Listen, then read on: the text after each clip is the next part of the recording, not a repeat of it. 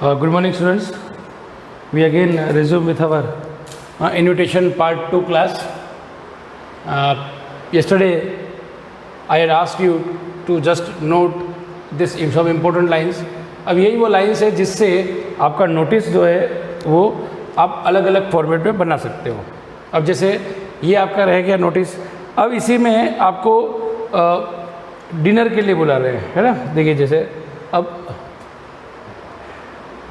ये हो जाता है आपके सपोज़ आप इसको चाहते हो, कौन सा था ये आपका यहाँ पे आपको लिखना है बुलाने वाले का नाम,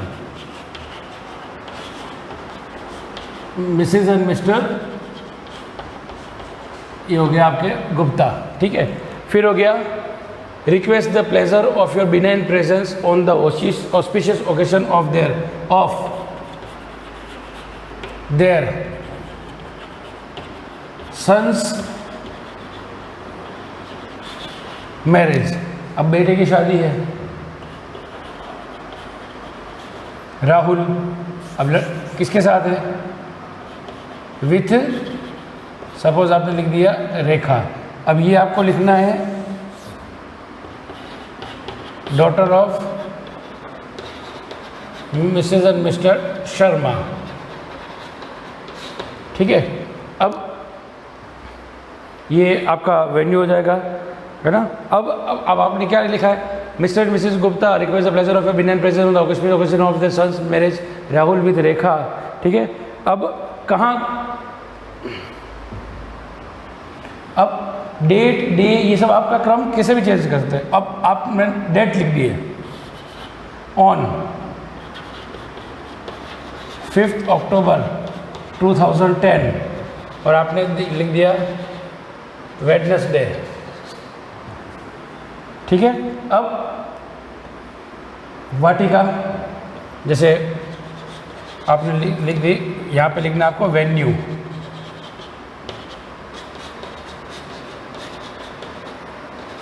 मोती वाटिका सुभाष नगर जैसे लिख दिया.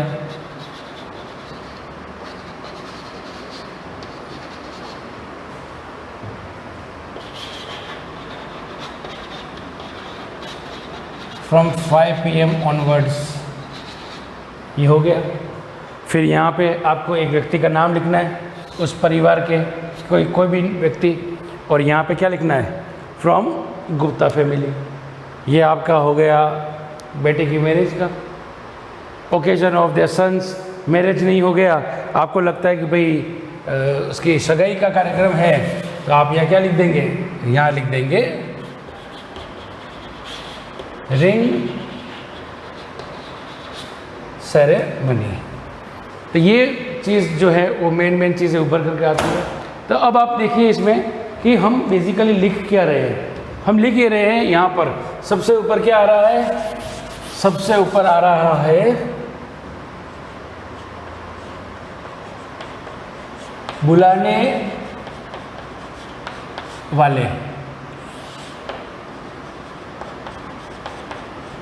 बुलाने वाले व्यक्ति, ठीक है. अब यहाँ पे क्या आ रहा है?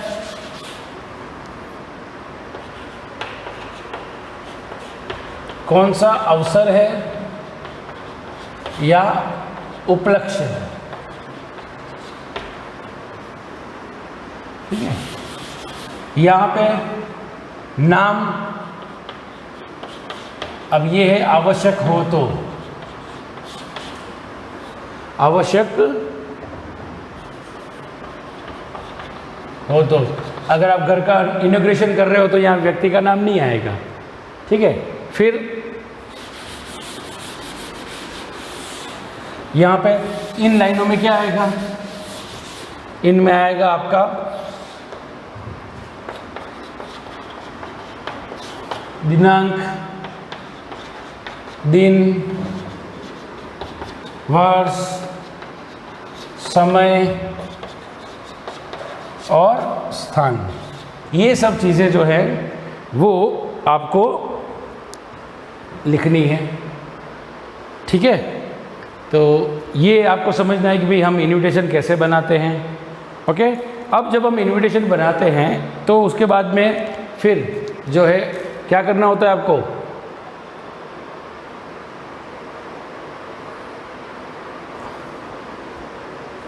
अभी वापस मैं एक बार जूम कर लेता हूँ ताकि आप सब अच्छे से समझ पाएंगे। आप देख पा रहे हैं कि सबसे ऊपर है बुलाने वाले व्यक्ति का नाम, फिर लिखा हुआ है request the pleasure of your benign presence on the auspicious occasion of, कौन सा अवसर है ना, यहाँ पे लिखा हुआ है अवसर। आप देख पा रहे हैं उपलक्ष्य, फिर है नाम यदि आवश्यक हो तो, और फिर दिनांक, दिन, वर्ष, समय, और सबसे अंत में जो आपके आ जाता है वो है स्थान। तो इस तरीके से हम जो है एक इन्विटेशन को लिखते हैं। अब हम एक काम करते हैं, इसके थोड़ा सा हट करके लिखते हैं, जैसे मुंडन संस्कार का है ना। अब मुंडन संस्कार का ओकेशन होता है तो हम क्या करेंगे, ये देख लीजिए आप, इसको यहाँ से स्टार्ट करेंगे। मिसेस एंड मिस्टर व्यास, ये बुलाने वाले हो गए आपके। Request the pleasure of your benign presence on the auspicious occasion of their, उनके बेटे का क्या है, सन्स मुंडन संस्कार ऑफ, नाम लिखना है बालक का, आपने जैसे लिख दिया राहुल, तो राहुल का मुंडन है। कहाँ पे है, अब मुंडन अक्सर मंदिरों में होता है। एट गायत्री टेम्पल अशोकनगर, ये आपने बता दिया है ना। ऑन 15 सितंबर 2020 एट 12:5 PM, यहाँ पे नून कर दो, ठीक है। अब आपने ये मुंडन संस्कार वाला कर दिया। अब क्या, ये आपने छोटा सा कर दिया। अब देखिए अब क्या लिखना है, RSVP, अभ्यास है तो आपने अभी व्यास, ये RSVP में हो गया। अब आपके विथ बेस्ट कॉम्प्लीमेंट में कौन आएगा, विथ बेस्ट, ये पूरा पूरा जो बुलाने वाला है, तो आपके यहाँ पे आ जाएगा व्यास फैमिली। अब आप देख पा रहे हैं कि एक पूरा का पूरा मैंने मुंडन संस्कार का बना दिया। अब इसी तरीके से देखिए आप उनका घर का नांगल है तो क्या चेंज हो जाएगा, on the auspicious occasion of their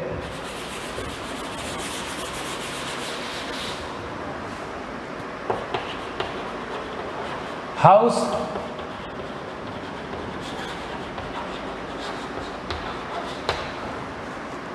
inauguration लिख सकते हो आप। ये नहीं आ रहा समझ में आप, तो आप देखिए इसको ऐसे लिख दीजिए, on the auspicious occasion of their newly built house, गृह प्रवेश, गृह प्रवेश। अब घर का पता देना पड़ेगा आपको, घर का नाम होता है ना, जैसे कि आपने नाम लिखा मातृकृपा, मातृकृपा, फिर 24A ब्लॉक अशोकनगर, ये आपका समय हो गया। आपको चेंज केवल यहाँ करना है, बाकी सारा का सारा कुछ सेम रहता है, ठीक है। तो इस तरीके से जो हमने ये देखा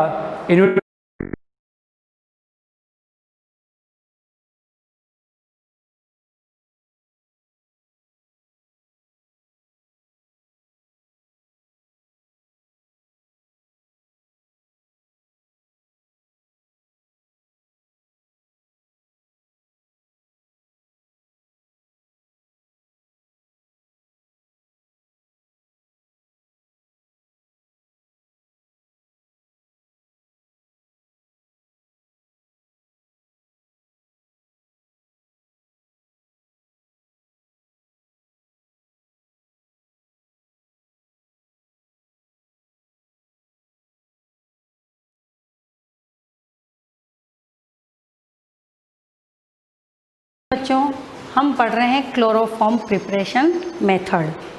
क्लोरोफॉर्म को हम लैब में कैसे बना सकते हैं, तो हमने जो प्रीवियस लेक्चर है यानी कल के लेक्चर में हमने डिस्कस किया था कि हम एथेनॉल की विरंजक चूर्ण से रिएक्शन कराकर हम क्या बना सकते हैं, क्लोरोफॉर्म को बना सकते हैं। तो एसीटोन से भी रिएक्शन करके हम क्या बना सकते हैं, क्लोरोफॉर्म को प्रिपेयर कर सकते हैं। वो भी क्या है, प्रयोगशाला विधि है।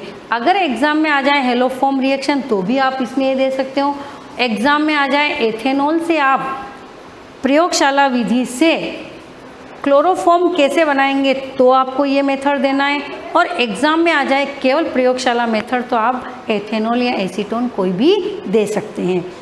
दूसरा एक एसीटोन से, एसीटोन से हम क्लोरोफॉर्म को कैसे प्रिपेयर कर सकते हैं। तो सेम प्रोसेस रहेगा कि एसीटोन की रिएक्शन भी हम किससे कराते हैं, विरंजक चूर्ण और पानी से, यानी कैल्शियम हाइपोक्लोराइट, और किससे कराते हैं, वाटर से। ये देखिए, ये हम पढ़ चुके हैं एथेनॉल के साथ रिएक्शन। हम ये 2 नहीं है बेटा, ये एथेनॉल से हम पढ़ चुके हैं। एथेनॉल से क्या बना, एल्डिहाइड, एल्डिहाइड से क्या बना, क्लोरल, और क्लोरल से क्या बनाया हमने, क्लोरोफॉर्म।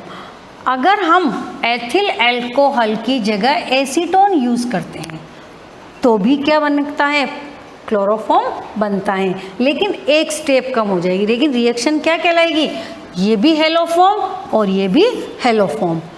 लेकिन वो हमने किससे बनाया, एथेनॉल से, यानी अल्कोहल को पहले कार्बोनिल कंपाउंड में कन्वर्ट करते हैं और carbonyl compound is converted into chloral. तो यहाँ देखिए, जो विरंजक चूर्ण है वाटर से रिएक्शन करके same reaction, first step same.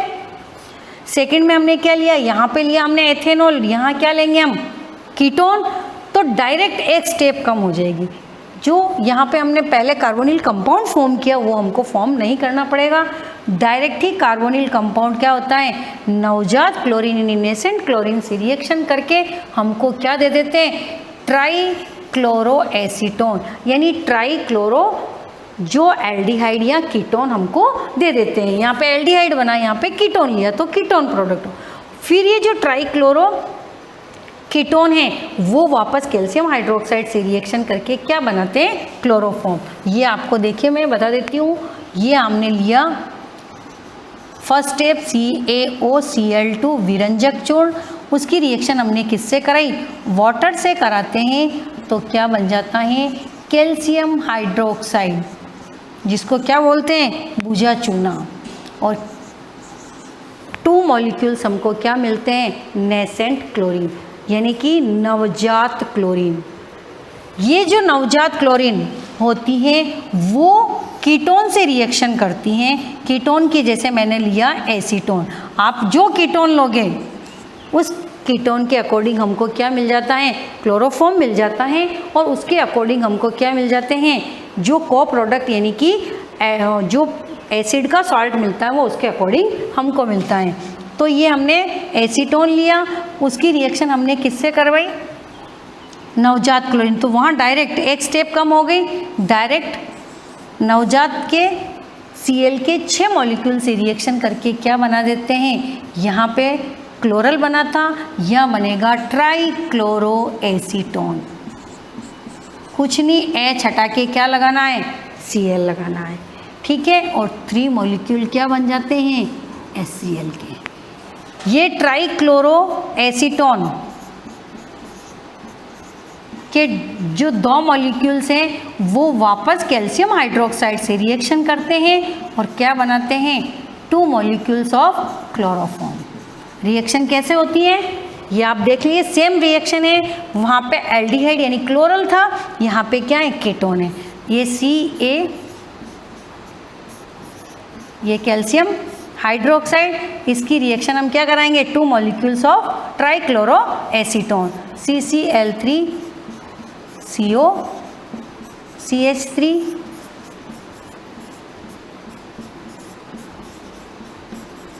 ये देखिए ये क्लोरोफॉर्म मॉलिक्यूल और ये क्लोरोफॉर्म मॉलिक्यूल, यानी 2 molecules of chloroform is produced. क्या बन जाएगा, CH3CO CH3। वहाँ कैल्शियम का फॉर्मेट मिला, यहाँ कैल्शियम का हमको क्या मिलेगा, जो को प्रोडक्ट है वो क्या मिलेगा, एसीटेट, CH3COO का ट्वाइस Ca, यानी कि कैल्शियम एसीटेट हमको को प्रोडक्ट मिलेगा।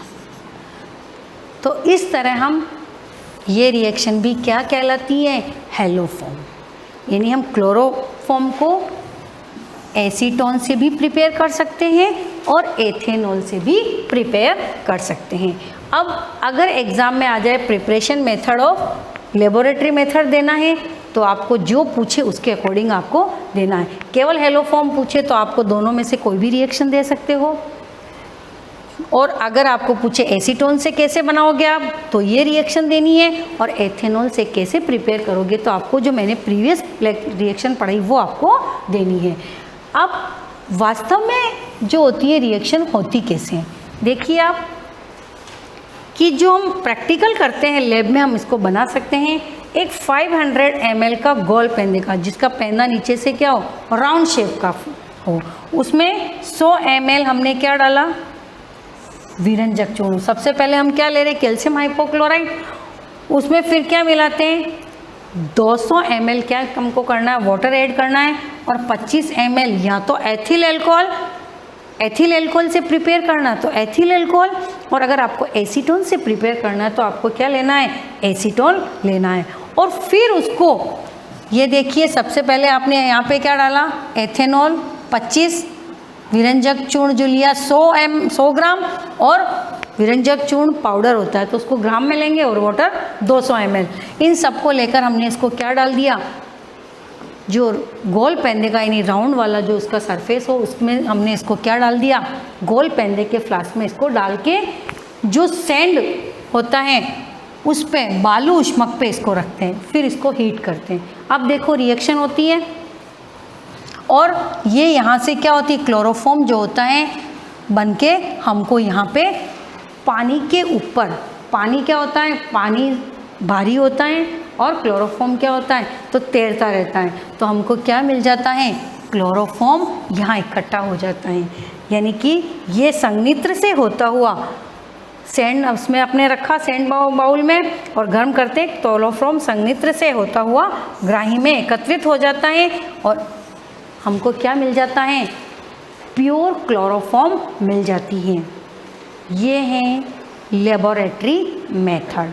फर्स्ट था लेबोरेटरी मेथड से हम क्लोरोफॉर्म को कैसे प्रिपेयर कर सकते हैं। दूसरा जो मेथड है सोडियम हाइपोक्लोराइड से, हम सोडियम हाइपोक्लोराइड से भी हम क्लोरोफॉर्म को प्रिपेयर कर सकते हैं। वो कैल्शियम हाइपोक्लोराइड था, ये सोडियम हाइपोक्लोराइड है। ये देखिए उसकी रिएक्शन हमने किससे कराई, सोडियम हाइपोक्लोराइड कैसे प्रिपेयर होता है। कोई भी जो क्षार है NaOH है उसकी रिएक्शन हम किससे कराते हैं, Cl2 से कराते हैं, तो सोडियम हाइपोक्लोराइड NaCl और क्या मिलता है, H2O मिलता है। अब अगर हमको अल्कोहल लेना है तो अल्कोहल, और कीटोन लेना है तो कीटोन। यहाँ जैसे हमने सेकेंडरी अल्कोहल लिया है, अल्कोहल की रिएक्शन किससे कराते हैं, सोडियम हाइपोक्लोराइड से कराते हैं, तो क्या बन गया, ये कीटोन बन गया, और NaOH। इस कीटोन की रिएक्शन वापस किससे कराते हैं, हाइपोक्लोराइड से कराते हैं, और क्या बनता है, ट्राइक्लोरो कीटोन बनते हैं। और ट्राइक्लोरो कीटोन की रिएक्शन वापस हम किससे कराते हैं, क्षार से कराते हैं, तो क्या बनता है, क्लोरोफॉर्म। तो कंफ्यूज होने की ज़रूरत नहीं है, सेम प्रोसेस है, केवल यहाँ पे NaOCl, यहाँ पे आपके क्या था, देखो आप ये पे क्या एथेनॉल लिया और नवजात क्लोरीन से रिएक्शन करें, और यहाँ पे डायरेक्ट रिएक्शन हम किससे करा रहे हैं, सोडियम हाइपोक्लोराइड से। तो sodium hypochlorite NaOH plus Cl NaO है और Cl यानी सोडियम हाइपोक्लोराइड मिलता है, उसकी रिएक्शन हम अल्कोहल से कराते हैं, तो उतने ही कार्बन को हमको क्या मिलता है, कीटोन मिलता है। कीटोन की वापस किससे कराते हैं, सोडियम हाइपोक्लोराइड से कराते हैं वापस, तो हमको क्या मिलता है, वहाँ नवजात क्लोरीन है, यहाँ पे हमको सोडियम हाइपोक्लोराइड ही यूज़ करना हर जगह। तो क्या बनता है, ट्राइक्लोरो कीटोन बनता है, और ट्राइक्लोरो कीटोन की रिएक्शन हम किससे कराते हैं, NaOH से कराते हैं, तो क्लोरोफॉर्म मिलता है। ये अलग से भी आपको मैं समझा सकती हूँ। ये देखिए आप NaOH, यानी कि अगर हम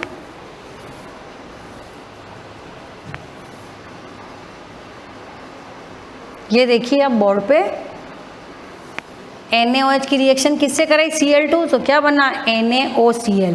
यानी कि अगर आप चाहो तो इसको डायरेक्ट भी ले सकते हो, जरूरी नहीं ये स्टेप न लिखो तो भी चलता है।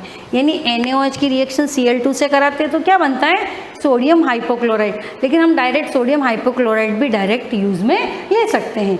तो डायरेक्ट ये NaOH प्लस Cl2 तो क्या बना NaOCl, sodium hypochlorite main product, और को प्रोडक्ट क्या बन जाता है HCl और H2O। NaCl बनता है वैसे NaCl और H2O। फिर ये NaOCl, इसकी रिएक्शन हम किससे कराते हैं, सोडियम हाइपोक्लोराइड। अगर आपने जो एल्डिहाइड कीटोन लिया, जैसे ये सेकेंडरी एल्कोहल, ये मैंने 2-प्रोपेनॉल लिया, उसकी रिएक्शन वापस किससे कराते हैं, NaOCl से। तो ये स्टेप नहीं लिखो तो भी चलती है।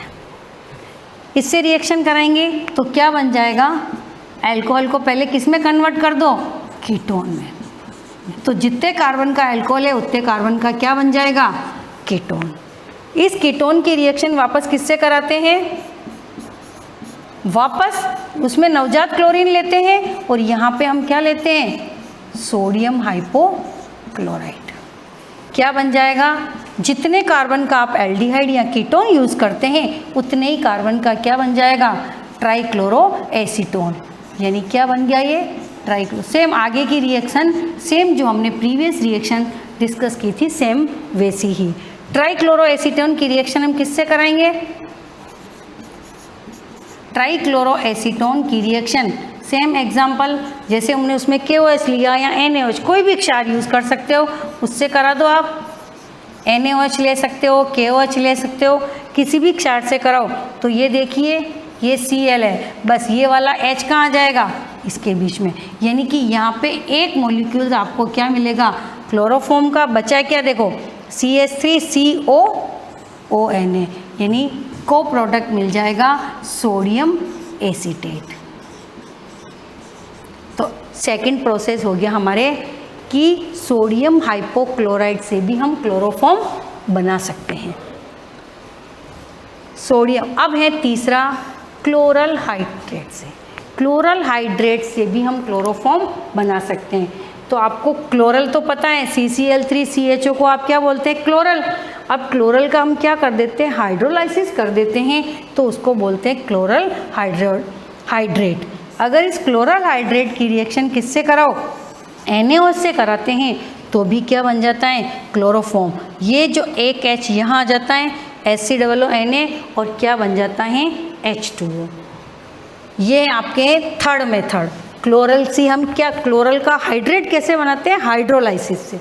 ये बता देती हूँ आपको मैं। ये देखिए क्लोरल का फॉर्मूला आपको पक्के से याद करना है, CCl3CHO, इसको हम क्या बोलते हैं, क्लोरल। अब अगर मैं इसको ओपन करके लिखती हूँ तो ये है, ये कार्बन, ये Cl3 हो गया आपके, C के साथ Cl, ये Cl जुड़ा हुआ, ये Cl जुड़ा हुआ, CH, और ये डबल बॉन्डिंग, ये ऐसी बॉन्डिंग होती है इसकी। अगर इसकी रिएक्शन हम किससे कराएं, क्लोरल, ये इसका हाइड्रोलाइसिस कराएं, तो ये डबल बॉन्ड हटके यहाँ पे क्या आ जाता, OH। यानी क्लोरल हाइड्रेट का फॉर्मूला क्या हो गया, CCl3COH, और यहाँ पे भी क्या आ जाता है, OH। ये देखिए बॉन्ड, और यहाँ पे क्या हो जाता है, ये H। ये क्लोरल हाइड्रेट का फॉर्मूला है। तो इसकी भी, इससे भी हम क्या बना सकते हैं, क्लोरोफॉर्म को प्रिपेयर कर सकते हैं। तो क्लोरोफॉर्म की बिल्कुल इजी रिएक्शन है। तो क्लोरल हाइड्रेट की NaOH से रिएक्शन करके भी हम क्लोरोफॉर्म, सोडियम फॉर्मेट, अगर आप यहाँ पे KOH ले लोगे तो पोटेशियम फॉर्मेट हो जाएगा। लास्ट है जो प्रिपरेशन मेथड कार्बन टेट्राक्लोराइड से भी हम क्या बना सकते हैं, क्लोरोफॉर्म। कार्बन टेट्राक्लोराइड का जो रिएक्शन है उसको Fe और H2O के प्रेजेंस में रिडक्शन कराते हैं तो पार्शियली रिडक्शन होता है, आंशिक अपचयन होता है और हमको क्या मिलती है, क्लोरोफॉर्म। बिल्कुल इजी रिएक्शन है, एक H यहाँ आके जुड़ जाता है और एक Cl निकल जाता है, बिल्कुल सेम इजी रिएक्शन है।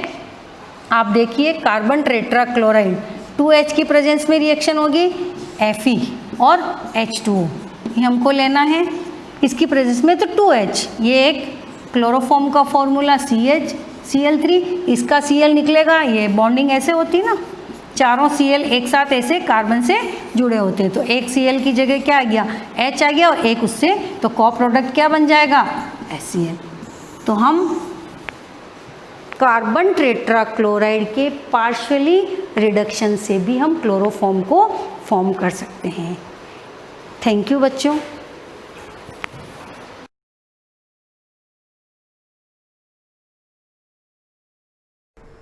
Good morning students. Last class में हमने पढ़ी थी basic properties, fundamental properties of electric charge क्या होता है, ठीक है। आज एक बार वापस रिवाइज करा रहा हूँ क्योंकि हिंदी मीडियम वालों को समझ आती है कि हिंदी में अपन ने लिखा नहीं था, तो उसके उनके लिए हम वापस स्टार्ट कर रहे हैं, ठीक है। थोड़ा समझेंगे, बाकी तो हमने डिटेल से पूरा पढ़ लिया है, पर एक बार उसको वापस समझने की कोशिश करेंगे कि वाकई में फंडामेंटल प्रॉपर्टीज क्या है। तो फंडामेंटल प्रॉपर्टीज को हम बोलते हैं चार्जेस के गुणधर्म। क्या पढ़ते हैं हम, चार्जेस के गुणधर्म। तो चार्जेस के गुणधर्म कितने होते हैं या अपन बोलते हैं प्रॉपर्टीज कितनी होती है, तो एक होती है एडिटिविटी जिसको हिंदी में बोलते हैं योज्यता, ठीक है। एक होता है क्वांटाइजेशन और क्वांटाइजेशन को हम बोलते हैं क्वांटीकरण बोलते हैं, ठीक है। एक होता है कंजर्वेशन और कंजर्वेशन को हम बोलते हैं संरक्षण बोलते हैं, और एक होता है इनवेरियंस जिसको बोलते हैं निश्चितता बोलते हैं, ठीक है। तो ये चार तरह की चार्जेस की प्रॉपर्टीज होती है। इस वाली प्रॉपर्टीज को हमने लास्ट टाइम में नहीं पढ़ा था क्योंकि ये सिलेबस में नहीं है हमारे, ठीक है। अगर बुक में दे भी रखी फिर भी सिलेबस में ये प्रॉपर्टीज है नहीं, ठीक है। पर फिर भी आज हम इसको पढ़ लेंगे कि क्या होता है। तो एडिटिविटी क्या कहता है, तो एडिटिविटी में क्या है, charges can be added by simple rules of algebra, जिसको हम पहले पढ़ चुके हैं। और हिंदी मीडियम के वालों के लिए कि अगर किसी निकाय में, ये कोई एक बॉडी है जिसको हिंदी में क्या बोलते हैं, निकाय बोलते हैं। अगर इस निकाय के अंदर चार्जेस हैं, जैसे कि एक है +2q चार्ज है, एक है +3q चार्ज है, एक -4q चार्ज है और एक +4q चार्ज है, ठीक है। तो एडिटिविटी का मतलब क्या होता है कि जैसे इस निकाय के अंदर जो टोटल आवेश है, इस निकाय के अंदर जो टोटल आवेश है, इन सब का क्या होगा, बीजगणितीय योग, बीजगणितीय योग। और बीजगणितीय योग ही क्या होता है, ये एडिटिविटी होता है, बीजगणितीय योग, जिसको अलजेब्रा बोलते हैं इंग्लिश में, और हिंदी में क्या बोलते हैं, बीजगणितीय योग के बराबर होता है। जैसे कि इसमें +2 है, +3 है और +4 है, टोटल चार्ज कितना हो गया, 6 और 3 कितना हो गया, 9 हो गया। और माइनस का चार्ज कितना है, 4 है, यानी प्लस का कितना है, 6 9q, और माइनस का चार्ज कितना है, तो माइनस का यहां पर कितना है, 4q चार्ज है। तो इस बॉडी के पास नेट चार्ज कितना है, तो ये क्या होगा, सिंपल रूल्स, जो चार्जेस का जो एडेड होगा वो क्या होगा, सिंपल रूल्स ऑफ अलजेब्रा, यानी बीजगणितीय योग के बराबर होगा। और बीजगणितीय योग क्या कहता है कि अगर प्लस है और माइनस है, प्लस और माइनस को अगर अपन क्या करेंगे, ऐड करेंगे, तो रिजल्ट कितना आएगा, 0 आएगा। तो ये जैसे कि प्लस का 1 प्लस माइनस का 1 इज इक्वल टू रिजल्ट कितना आएगा, 0। तो जैसे यहां पर प्लस के चार्जेस कितने 9 है और माइनस के चार्जेस कितने 4 है, तो इस बॉडी के पास, इस निकाय के पास टोटल नेट चार्ज कितना हो जाएगा, तो इसके पास जो नेट चार्ज होगा वो कितना होगा, प्लस का 9 और माइनस का कितना हो गया 4, यानी इसके पास जो चार्ज होगा वो कितना होगा, प्लस का 5q, कितना होगा नेट चार्ज, प्लस का 5q। तो ये सिंपल अपन ने जो अलजेब्रा या बीजगणितीय जो योग होता है उसी तरीके से हमने किया है। तो एडिटिविटी क्या होता है कि charges can be added by simple rules of algebra, यानी इसके पास नेट चार्ज कितना हो जाएगा, तो इसके पास नेट चार्ज होगा प्लस का 5q, ठीक है। तो ये होता है एडिटिविटी, जिसको हम आप हिंदी में बोलते हो योज्यता बोलते हो।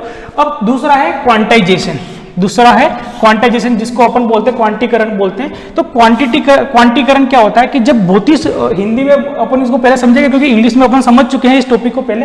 तो जब भौतिक राशियों का आदान प्रदान होता है, जब भौतिक राशियों का आदान प्रदान होता है, तो वो आदान प्रदान सतत नहीं होकर विविक्त होता है। कैसा होता है, सतत नहीं होकर विविक्त होता है। सतत का मतलब होता है इंग्लिश में कंटिन्यूअस, और विविक्त का मतलब होता है स्टेप में। तो अगर सतत नहीं होकर विविक्त होता है तो उसको अपन बोलते हैं क्वांटिट। क्या बोलते हैं उसको? क्वांटिट। और ये जो प्रोसेस है इसको अपन बोलते हैं क्वांटीकरण बोलते हैं। क्या बोलते हैं? क्वांटीकरण बोलते हैं। तो quantization of electric charges, quantization of electric charges होता क्या है तो इसको हमने समझा था। और क्वांटाइजेशन ऑफ इलेक्ट्रिक चार्जेस क्या होता है कि जैसे आपको किसी बॉडी को चार्ज देने, किसी भी बॉडी को चार्ज देने, जैसे कि ये कोई एक बॉडी अपने पास जिसको हिंदी में निकाय बोलते हैं, ये बॉडी है, तो इसको अगर चार्ज देने तो आपने बोला सर इसको 5 चार्ज दे दो, तो हम चार्ज कैसे देते, किसी भी बॉडी को चार्ज कैसे देते, जिसको हमने लास्ट क्लास में देखा था। और लास्ट क्लास में हमने क्या देखा था कि अगर ये बॉडी है इसको चार्ज देना है तो क्या करेंगे, इन दोनों को हम आपस में रब करेंगे। जैसे हम रब करेंगे एक का इलेक्ट्रॉन क्या होगा, लूज होगा, और दूसरा उस इलेक्ट्रॉन को क्या कर लेगा, गेन कर लेगा। यानी जिसने इलेक्ट्रॉन को गेन किया वो नेगेटिवली चार्ज हो जाएगा, जिसने इलेक्ट्रॉन को लूज किया वो पॉजिटिवली चार्ज होगा। तो चार्जिंग का एक प्रोसेस हमने पढ़ा था, रबिंग। ठीक है, तो अब इस बॉडी को अगर मुझे चार्ज करना है तो क्या करेंगे, इलेक्ट्रिफिकेशन के लिए रेस्पॉन्सिबल कौन है, इलेक्ट्रिफिकेशन का मतलब बॉडी को चार्ज करने के लिए। तो बॉडी को चार्ज करने के लिए रेस्पॉन्सिबल कौन है, तो अपन जानते हैं एक ही पार्टिकल रेस्पॉन्सिबल है, और वो पार्टिकल कौन है, इलेक्ट्रॉन, जिसके ऊपर चार्ज कितना होता है 1.6 मल्टीप्लाई 10⁻⁻90 कूलम, ये चार्ज होता है इलेक्ट्रॉन के ऊपर। तो जैसे इस बॉडी को अपन चार्ज देंगे तो कैसे देंगे, चार्ज को निकाल तो सकते नहीं है, यानी चार्ज को हम सेपरेट नहीं कर सकते, सिर्फ वो मटेरियल का ट्रांसफर करेंगे। क्या करेंगे, मटेरियल का ट्रांसफर करेंगे। तो कौन से मटेरियल का ट्रांसफर करेंगे हम, तो हमने देखा कि सबसे छोटा पार्टिकल या सबसे छोटा मटेरियल कौन सा होता है, इलेक्ट्रॉन का। तो इलेक्ट्रॉन को अगर ट्रांसफर करेंगे तो अगर मैं इस बॉडी को अगर एक इलेक्ट्रॉन देता हूं, इस बॉडी को अगर मैंने एक इलेक्ट्रॉन दे दिया तो इसके पास कितना चार्ज आएगा, माइनस चार्ज आएगा, और माइनस चार्ज कितना आएगा, तो कितना आएगा 1.6। तो अपन ऑर्डर की बात अभी रहने देंगे, अभी सिर्फ वैल्यूज की बात करेंगे। तो अगर जैसे इसको इलेक्ट्रॉन दिया मैंने, कितना चार्ज आ गया इसके पास 1.6। ठीक है, तो मैंने इसको चार्ज दे दिया 1 इलेक्ट्रॉन, तो इसके पास कितना आ गया 1.6। जैसे मैंने इसको 2 इलेक्ट्रॉन दे दिया, 2 इलेक्ट्रॉन दे दिया, तो इसके ऊपर चार्ज कितना आ गया 3.2। जैसे इसको मैंने 3 इलेक्ट्रॉन दे दिए तो इसके पास चार्ज कितना आ जाएगा, तो 4.8 आ जाएगा। तो यहां पर जैसे इस बॉडी को हमने चार्ज दिया, कितना चार्ज हम इसको दे सकते हैं, तो हम इसको 1.6 दे सकते हैं, 3.2 दे सकते हैं, और 4.8 दे सकते हैं। अब आप में से कोई बोला सर हम इसको 5 चार्ज देना चाहते हैं, कितना चार्ज देना चाहते हैं, 5 चार्ज अगर हम देना चाहते हैं तो हम 5 चार्ज इसको नहीं दे सकते। क्यों नहीं दे सकते, क्योंकि हमारे पास सबसे चार्ज की सबसे स्मॉलेस्ट क्वांटिटी कितनी है, तो चार्ज की सबसे स्मॉलेस्ट क्वांटिटी हमारे पास है 1.6, यानी हम इसको दे सकते हैं 1.6 की स्टेप में दे सकते हैं। हम कंटिन्यूस इसको ऐसे नहीं दे सकते कि 1 चार्ज दे दिया, 2 चार्ज दे दिया, 3 चार्ज दे दिया, 4 चार्ज दे दिया। तो ये जो है 1 2 3 4 ये क्या है, एक तरह का कंटिन्यूस है। तो जो अपन ने देखा था क्वांटाइजेशन क्या होता है, तो electric charge is not a continuous quantity, it is integral multiple of charge on 1 electron. तो हम इसको क्या कर सकते हैं, सिर्फ इंटीग्रल मल्टीपल में ही चार्ज दे दें। जैसे 1.6 तो ये क्या हो गया, चार्ज ऑन इलेक्ट्रॉन, तो इलेक्ट्रॉन के ऊपर चार्ज है, अपने क्या किया, इंटीग्रल मल्टीपल किया 1 का, फिर 2 का, फिर 3 का। तो जो ये क्या 1 2 और ये 3 क्या है, इंटीजर है। तो जैसे आपने बोला 5 चार्ज, तो हम 5 चार्ज इसको नहीं दे सकते। जैसे आपने बोला सर आप यूं करो, इसको 1.2 इलेक्ट्रॉन दे दो, कितना दे दिया 1.2 इलेक्ट्रॉन। अगर 1.2 इलेक्ट्रॉन तो हम नहीं दे सकते इसको, क्यों नहीं दे सकते, क्योंकि हम 1 तो दे सकते पर 0.2 नहीं दे सकते। क्यों, क्योंकि हम चार्ज को डिवाइड नहीं कर सकते, यानी जो इलेक्ट्रॉन है उसको हम डिवाइड यानी तोड़ नहीं सकते। तो हम जो इसको चार्ज देंगे वो किस में देंगे, सिर्फ इंटीग्रल मल्टीपल में ही इसको चार्ज दे सकेंगे। जैसे 1.6 दे सकते हैं, 3.2 दे सकते हैं, 4.8 दे सकते हैं।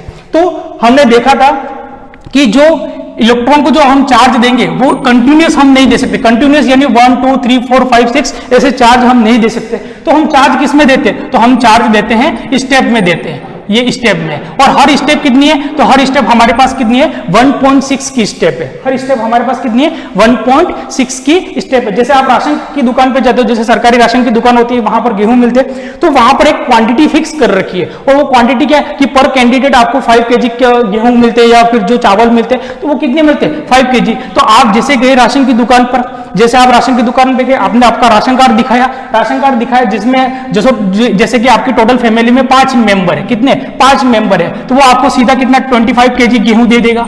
कितना दे दिया 25 kg। आपके अगर कोई दूसरा गया, पड़ोसी गया, उसके फैमिली में 6 मेंबर है, तो उसको कितना दे दिया 30 kg दे दिया।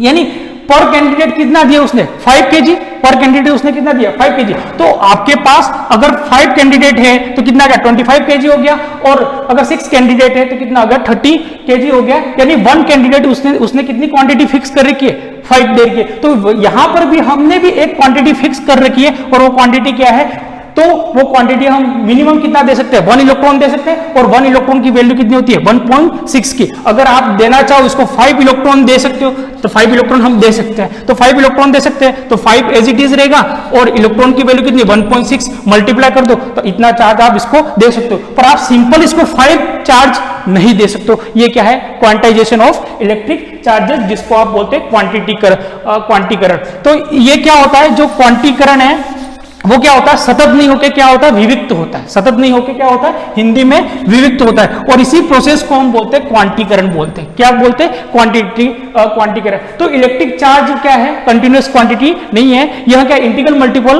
Of charge on 1 electron. ठीक है, जिसको हम पहले पढ़ चुके हैं, मैं आज शॉर्ट में ही बता रहा हूं सिर्फ हिंदी मीडियम वालों के लिए।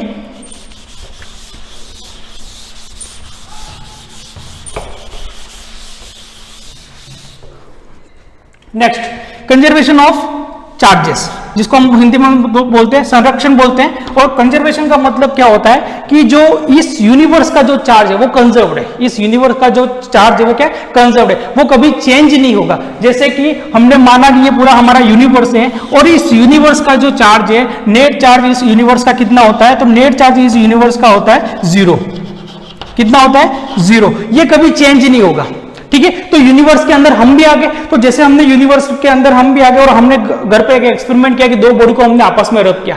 जैसे हमने रब किया, एक बॉडी पॉजिटिवली चार्ज हो गई और एक बॉडी क्या होगी नेगेटिवली चार्ज होगी। तो ये पॉजिटिवली चार्ज है, ये नेगेटिव चार्ज है, पर इस यूनिवर्स का नेट चार्ज अभी भी कितना है 0। यूनिवर्स से छोटा हमने पकड़ा अर्थ को पकड़ा, तो अर्थ का भी नेट चार्ज कितना है 0। और अर्थ से हमने मॉलिक्यूल को पकड़ा, तो मॉलिक्यूल का भी नेट चार्ज कितना होता है 0 होता है। और हमने एटम को पकड़ा, एटम का भी नेट चार्ज कितना होता है 0 होता है। यानी इस यूनिवर्स का जो नेट चार्ज है वो हमेशा क्या होता है कंजर्व्ड रहता है, यानी कभी परिवर्तित नहीं होता है। तो कंट्रोवर्सी क्या होगी, तो कंट्रोवर्सी ये हुई कि जब हम यूनिट मास को डिस्ट्रॉय करते हैं, यूनिट मास को डिस्ट्रॉय करते हैं यानी एटम विस्फोट करते हैं, तो एटम विस्फोट हम जब भी करते हैं तब हम यूनिट मास को डिस्ट्रॉय करते हैं। अगर यूनिट मास को डिस्ट्रॉय करेंगे तो उसके अंदर इलेक्ट्रॉन्स होता है, वो भी डिस्ट्रॉय होता है। अगर इस यूनिवर्स का अगर हमने मान लिया कि जब हमने एटम विस्फोट किया तो एक इलेक्ट्रॉन क्या हो गया डिस्ट्रॉय हो गया। अगर एक इलेक्ट्रॉन डिस्ट्रॉय हो गया तो यानी इस यूनिवर्स में से यानी 1.6 मल्टीप्लाई 10⁻⁻90 कूलम चार्ज क्या हो गया 0 हो गया, खत्म हो गया, डिस्ट्रॉय हो गया। तो अगर डिस्ट्रॉय हो गया तो इस यूनिवर्स के अंदर से एक इलेक्ट्रॉन खत्म हो गया, इसका मतलब यूनिवर्स के अंदर चार्ज कौन सा आ गया। तो हमने देखा था कि जो भी बॉडी इलेक्ट्रॉन को लूज करेगी वो क्या हो जाएगी पॉजिटिवली चार्ज बन जाएगी, और जो बॉडी इलेक्ट्रॉन को गेन करेगी वो कैसी हो जाएगी नेगेटिवली चार्ज बन जाएगी। तो यूनिवर्स ने क्या कर दिया, अपना एक इलेक्ट्रॉन त्याग दिया। अगर एटम विस्फोट किया अपन ने, एक इलेक्ट्रॉन क्या हो गया डिस्ट्रॉय हो गया, और जैसे एक इलेक्ट्रॉन डिस्ट्रॉय हो गया यूनिवर्स का चार्ज कैसा हो जाएगा नेगेटिव। अगर यूनिवर्स का चार्ज नेगेटिव हो गया और हमारे यूनिवर्स के पास में एक दूसरा यूनिवर्स भी है, बहुत सारे यूनिवर्स है, मल्टीवर्स है, बहुत सारे यूनिवर्स मिलकर क्या बनाते हैं मल्टीवर्स। तो अगर एक यूनिवर्स नेगेटिवली चार्ज बन गया और दूसरा वाला यूनिवर्स है जो पास का कोई यूनिवर्स होगा वो वाला कैसा है, वो उसका नेट चार्ज कितना है, वो तो 0 है। ठीक है, तो हम देखेंगे ड्यू टू इंडक्शन यहां पर भी क्या होंगे अपोजिट चार्जेस जनरेट होंगे, और जब दो चार्ज यहां पर अपोजिट चार्जेस जनरेट होंगे, इसके पास माइनस है इसके पास प्लस है, दोनों यूनिवर्स एक दूसरे को क्या करेंगे अट्रैक्ट करेंगे, जो कि पॉसिबल ही नहीं है। ठीक है, पूरी पृथ्वी यूनिवर्स सारी चीजें क्या हो जाएगी खत्म हो जाएगी, क्योंकि इलेक्ट्रोस्टैटिक फोर्स लार्ज क्वांटिटीज में क्या हो जाएंगे डेवलप हो जाएंगे। तो इस यूनिवर्स का जो नेट चार्ज होता है वो कितना होता है 0 होता है। तो हमने देखा कि isolated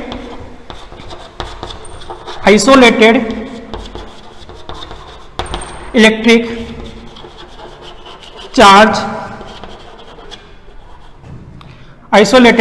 charge can not be isolated electric charge neither be created nor be destroyed. It can only transfer.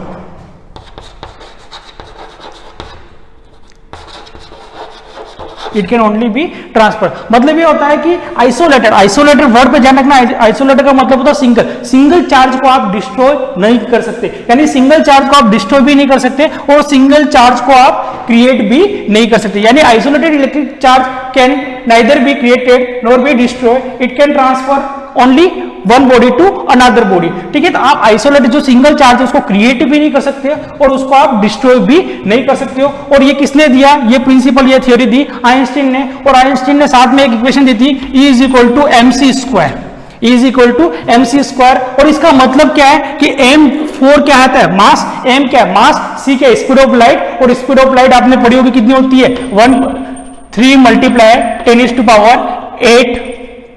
10⁸ metre पर सेकेंड। अगर किलोमीटर में चेंज करेंगे तो 3 मल्टीप्लाई 10⁵ किलोमीटर पर सेकेंड।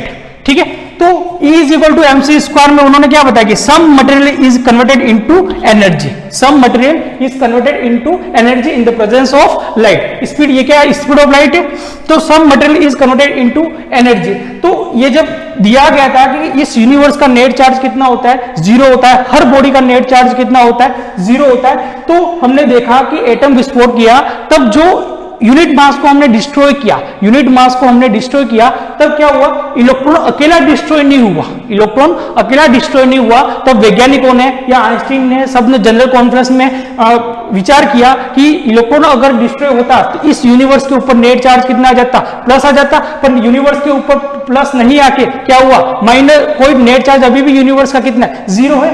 तो इसका मतलब क्या हुआ कि इमेजिन किया गया, सोचा गया कि इलेक्ट्रॉन के साथ एक ऐसा पार्टिकल भी डिस्ट्रॉय हुआ जिसका मास और जिसके ऊपर चार्ज किसके बराबर थे, इलेक्ट्रॉन के बराबर थे। ठीक है, तो इलेक्ट्रॉन के ऊपर जो मास होता है, इलेक्ट्रॉन का जो मास होता है वो कितना होता है, 9.1 मल्टीप्लाई 10⁻31 kg। ये क्या होता है, इलेक्ट्रॉन का मास होता है, और इलेक्ट्रॉन के ऊपर चार्ज कितना होता है हमने देखा था। तो जब एटम विस्फोट होता है तो एटम विस्फोट में क्या होता है कि एक दूसरा जो पार्टिकल होता है जिसको हम बोलेंगे पॉजिट्रॉन, जिसको हम क्या बोलेंगे, पॉजिट्रॉन, जो कि जिसका मास किसके बराबर होता है, इलेक्ट्रॉन के मास के बराबर होता है। एक ऐसा पार्टिकल इमेजिन किया गया, एक ऐसा पार्टिकल इमेजिन किया कि जब एटम विस्फोट होता है तो सिर्फ इलेक्ट्रॉन नहीं टूटा, क्योंकि अगर सिर्फ इलेक्ट्रॉन टूटेगा तो यूनिवर्स के ऊपर कौन सा चार्ज आ जाएगा, पॉजिटिव चार्ज आ जाएगा, क्योंकि इलेक्ट्रॉन निकल गया। ठीक है, तो सिर्फ इलेक्ट्रॉन नहीं टूटता है, उसके साथ एक दूसरा पार्टिकल भी इमेजिन किया गया, और उस पार्टिकल का नाम क्या है, तो उस पार्टिकल का नाम है पॉजिट्रॉन। पॉजिट्रॉन को हिंदी में भी क्या बोलते हैं, पॉजिट्रॉन ही बोलते हैं। तो एक पार्टिकल दूसरा था इमेजिन किया गया जिसका नाम क्या रखा, पॉजिट्रॉन, और बाद में इसकी सर्च हुआ और पाया गया कि वाकई में एक दूसरा पार्टिकल भी होता है जो कि इलेक्ट्रॉन के साथ डिस्ट्रॉय होता है। तो हमने देखा कि आइसोलेटेड इलेक्ट्रिक चार्ज को तो हम क्रिएट और डिस्ट्रॉय नहीं कर सकते, पर एक और थ्योरी फिर बाद में आइंस्टीन ने दी कि charges in pair can be created and destroyed.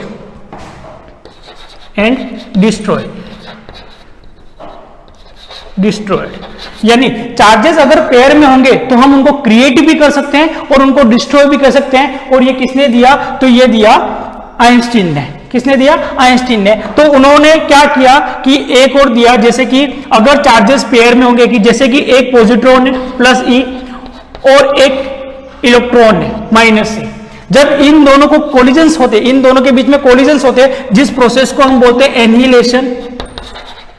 Annihilation, इस प्रोसेस को हम बोलते हैं एनिहिलेशन, और हिंदी में बोले तो शून्यीकरण।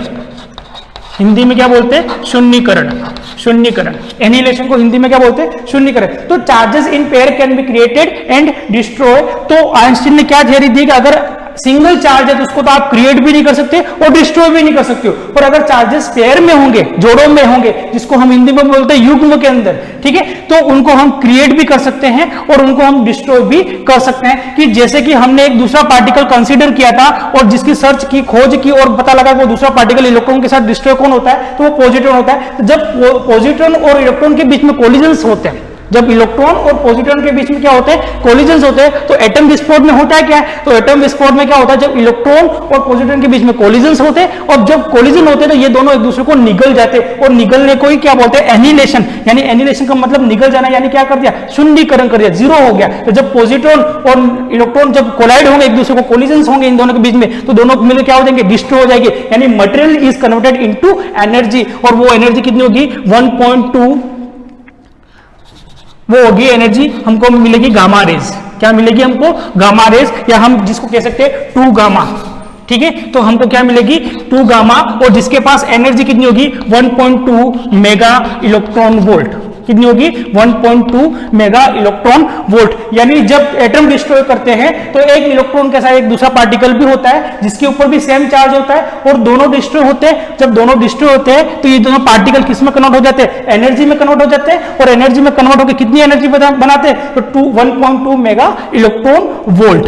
यानी हमने अब देख लिया कि अगर इस यूनिवर्स के पास 10,000 चार्ज है, यानी 10,000 चार्ज है, 10,000 चार्ज, यानी नेट चार्ज यूनिवर्स का कितना है, 0। नेट चार्ज यूनिवर्स का कितना है, 0। और इसके पास पॉजिटिव चार्जेस कितने हैं, 10,000, और नेगेटिव चार्जेस भी कितने हैं इसके पास, 10,000 है। तो अगर एक इलेक्ट्रॉन डिस्ट्रॉय हुआ तो इलेक्ट्रॉन के साथ क्या हुआ, एक पॉजिट्रॉन भी डिस्ट्रॉय हुआ, यानी एक माइनस डिस्ट्रॉय हुआ, और एक पॉजिटिव भी क्या हो गया, डिस्ट्रॉय हो गया। यानी ये कितना हो गया, 9,999, और ये भी कितना हो गया, 9,999। यानी अभी भी इनके पास चार्ज पॉजिटिव जितने हैं अभी उतने क्या है, नेगेटिव, क्योंकि एक नेगेटिव डिस्ट्रॉय हुआ तो साथ में एक पॉजिट्रॉन भी डिस्ट्रॉय हुआ, यानी पॉजिटिव भी डिस्ट्रॉय हुआ, यानी नेट चार्ज अभी भी यूनिवर्स का कितना, 0। तो जब भी इस यूनिवर्स में जब चार्ज को डिस्ट्रॉय करेंगे तो सिंगल चार्ज को हम नहीं कर सकते, चार्जेस हमेशा पेयर में डिस्ट्रॉय होते हैं। आगे हम नेक्स्ट क्लास में कंटिन्यू करेंगे। थैंक यू, धन्यवाद।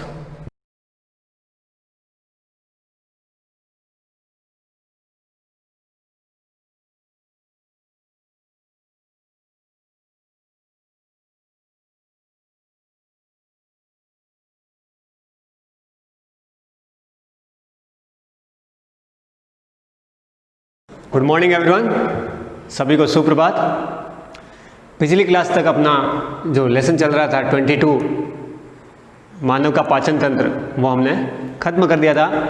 आज हम एक नया लेसन लेंगे, मानव का श्वसन तंत्र या मानव में श्वसन, रेस्पिरेशन इन ह्यूमंस।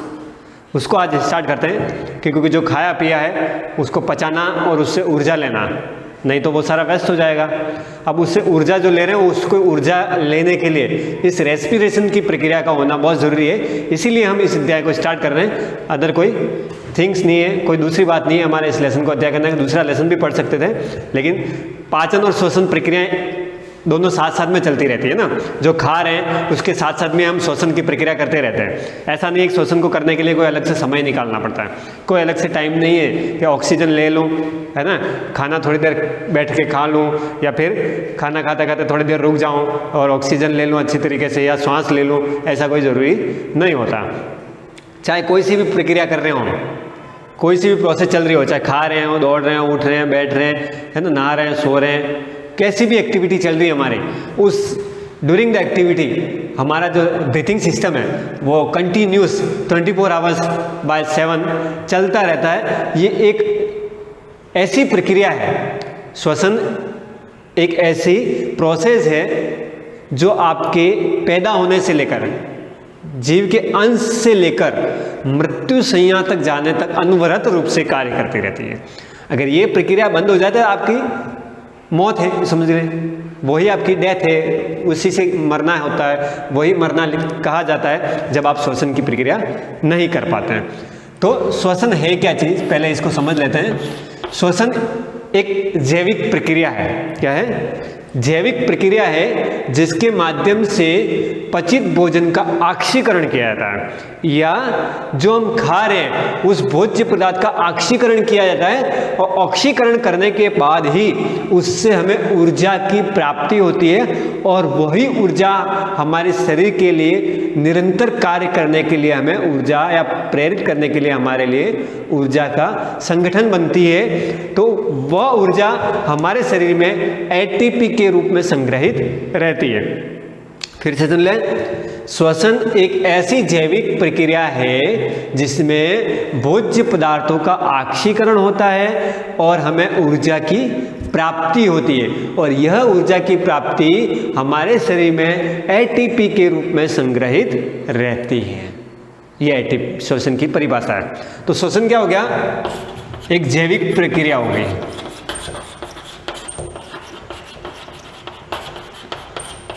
क्या होगी? जैविक प्रक्रिया, बायोलॉजिकल प्रोसेस। क्या बोलते हैं इसको? बायोलॉजिकल प्रोसेस है कौन? श्वसन। और इसी बायोलॉजिकल प्रोसेस से भोज्य पदार्थों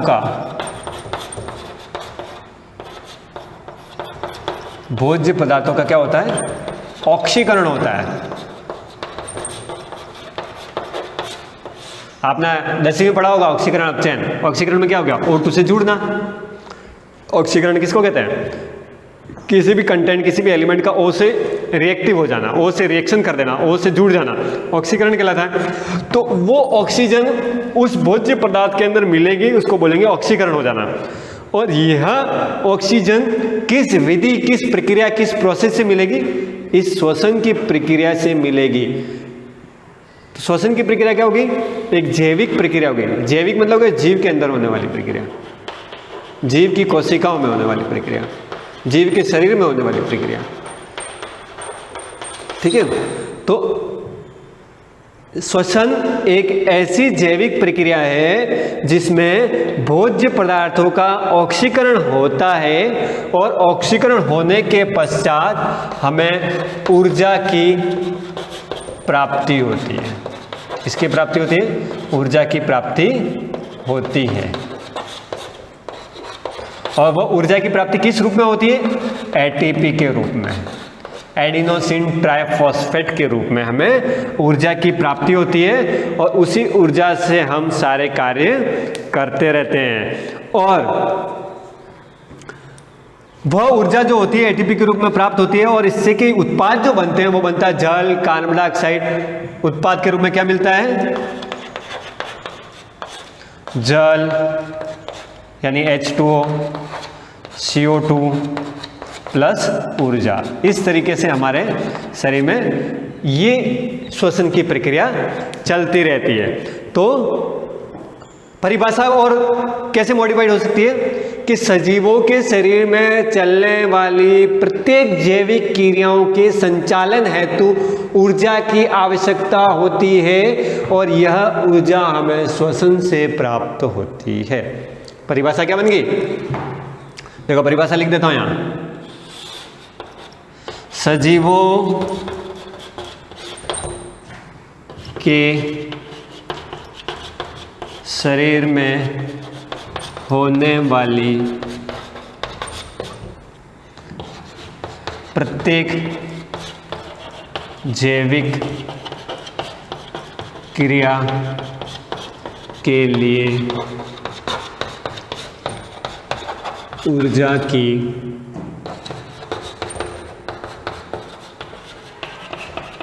आवश्यकता होती है और यह ऊर्जा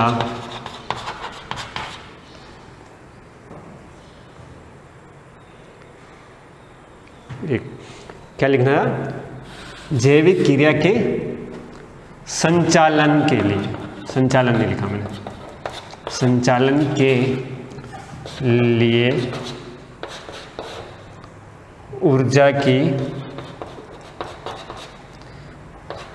ऊर्जा की आवश्यकता होती है, और यह ऊर्जा हमें श्वसन से प्राप्त होती है।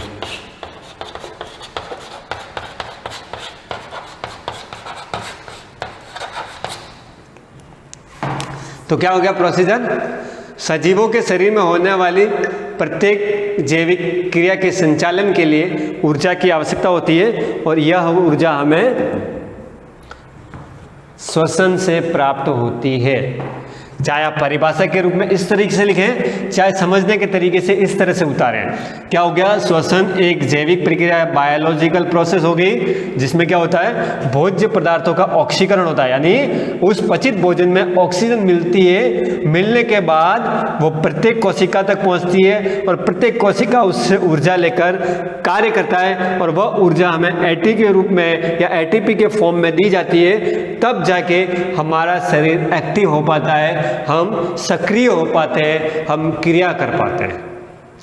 तो श्वसन भोजन से भी अधिक उपयोगी और इंपॉर्टेंट प्रक्रिया हो गई।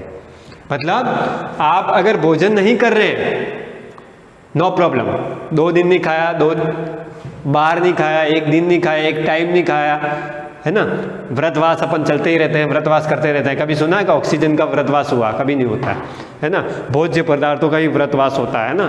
खूब सारे फास्ट रखते हैं, खूब सारे लोग व्रत करते हैं, उपवास करते हैं, है ना। कई धर्मों में अलग अलग नियम बने हुए हैं, उसके अनुसार जैसे हमारे नवरात्र आएंगे, नवरात्र में कई सारे लोग वास करेंगे, उपवास करेंगे, है। जैन धर्म में पर्युषण पर्व आता है, उसमें वास उपवास होते हैं, है ना। मुस्लिम धर्म के अंदर रोज़े आते हैं, उसमें व्रतवास चलते रहते हैं, है ना, रोज़े रखे जाते हैं। तो उसमें खाना पीना बंद होता है ना, कभी ऑक्सीजन लेना बंद नहीं होता, है ना, श्वसन लेना बंद नहीं होता, श्वसन की प्रक्रिया नहीं रोकी जाती। तो पचित भोजन करें या भोजन को लें या इससे ना लें, कोई फर्क नहीं पड़ता, शरीर अनवरत क्रिया कर सकता है, लेकिन कुछ हद तक। वैसा ही नहीं कि बिना भोजन के 5 दिन तक वैसा ही दौड़ोगे जैसे पहले दिन दौड़ रहे, ऐसा नहीं, पॉसिबल नहीं, क्योंकि कोशिकाओं को भी ऊर्जा की आवश्यकता होती है और वो ऊर्जा भोजन से ही मिलती है, लेकिन ऑक्सीकरण होने के पश्चात मिलेगी। ऑक्सीकरण होगा, अगर भोजन ही नहीं होगा तो किसका ऑक्सीकरण होगा? तो दोनों प्रक्रिया आवश्यक है, लेकिन उसमें भी श्वसन की प्रक्रिया हमारे लिए मस्ट इंपॉर्टेंट प्रक्रिया है, ज़्यादा उपयोगी प्रक्रिया है, ज़्यादा ज़रूरी प्रक्रिया है। इसलिए श्वसन निरंतर चलने वाली, अनवरत चलने वाली, रेगुलर चलने वाली प्रोसेस होती है हमारे शरीर के लिए, जीवधारियों के लिए, जीवित प्राणियों के लिए, चाहे वो हम हुए, चाहे वो संसार का कोई सी भी जीव हुआ, चाहे वो पेड़ पौधे हुए, सबके लिए श्वसन की प्रक्रिया होना बहुत ज़रूरी है ना। तो कई बार बच्चों को पूछा जाता है कि पेड़ कौन सी गैस लेते हैं, बच्चे क्या कहते हैं? कार्बन डाइऑक्साइड लेते हैं। 2 प्रकार की प्रक्रिया है। एक तो पेड़ पौधे जब अपना भोजन बनाते हैं, प्रकाश संश्लेषण की प्रक्रिया नाम सुना होगा आपने ना, फोटोसिंथेसिस, प्रकाश संश्लेषण जिसे कहते हैं, सूर्य के प्रकाश में वो भोजन बनाते हैं दिन के समय, रंध्र खुलने के कारण। तो वो जो प्रोसेस होती है उसे अपन प्रकाश संश्लेषण कहते हैं। उसमें भोज्य पदार्थ को ग्रहण किया जाता है, उस समय वो CO2 को ग्रहण करते हैं। लेकिन अगर ये पूछा जाए पौधे श्वसन की प्रक्रिया में कौन सी गैस ग्रहण करते हैं, तो as like process like human being, जैसा ऑक्सीजन हम ग्रहण करते हैं वैसा ही ऑक्सीजन पेड़ पौधे भी ग्रहण करते हैं उनकी श्वसन प्रक्रिया के माध्यम से। सिर्फ अंतर कितना है कि पौधे CO2 लेते हैं उनके भोज्य पदार्थ के रूप में, जिसे अपन प्रकाश संश्लेषण या फोटोसिंथेसिस कहते हैं। लेकिन respiration is equal in human beings, जैसा ह्यूमन बींग के अंदर रेस्पिरेशन होगा वैसा ही रेस्पिरेशन प्लांट के अंदर भी होगा। वो भी ऑक्सीजन लेंगे और कार्बन डाइऑक्साइड छोड़ेंगे, जैसा हम ऑक्सीजन लेके कार्बन डाइऑक्साइड छोड़ते हैं। Same process in both of the living organism. Clear? तो श्वसन को समझ गए होंगे आप, है ना, ज़्यादा डीप में जाने की जरूरत नहीं है अपने को। श्वसन की ये प्रोसेस मैंने समझा दी। श्वसन एक जैविक प्रक्रिया है जिसमें भोज्य पदार्थों का ऑक्सीकरण होता है और ऊर्जा की प्राप्ति होती है ATP के रूप में, और उत्पाद के रूप में हम H2O, CO2 और ऊर्जा के रूप में निकालते हैं। और जिसमें H2O तो वेपराइज होकर चला जाता है, CO2 एनवायरनमेंट में चला जाती है, और जो ऊर्जा बनती है वो हमारे नित्य प्रतिदिन किए जाने वाले क्रियाकलापों में उपभोग हो जाती है। और परिभाषा के रूप में अगर लिखना चाहें तो सजीवों के शरीर में होने वाली प्रत्येक जैविक क्रिया के संचालन के लिए ऊर्जा की आवश्यकता होती है, और यह ऊर्जा हमें श्वसन से प्राप्त होती है। तो श्वसन की परिभाषा भी हो गई, ठीक है। अब भोजन का ऑक्सीकरण हो रहा है, देखो क्या लिखा मैंने, ऑक्सीकरण हो रहा है।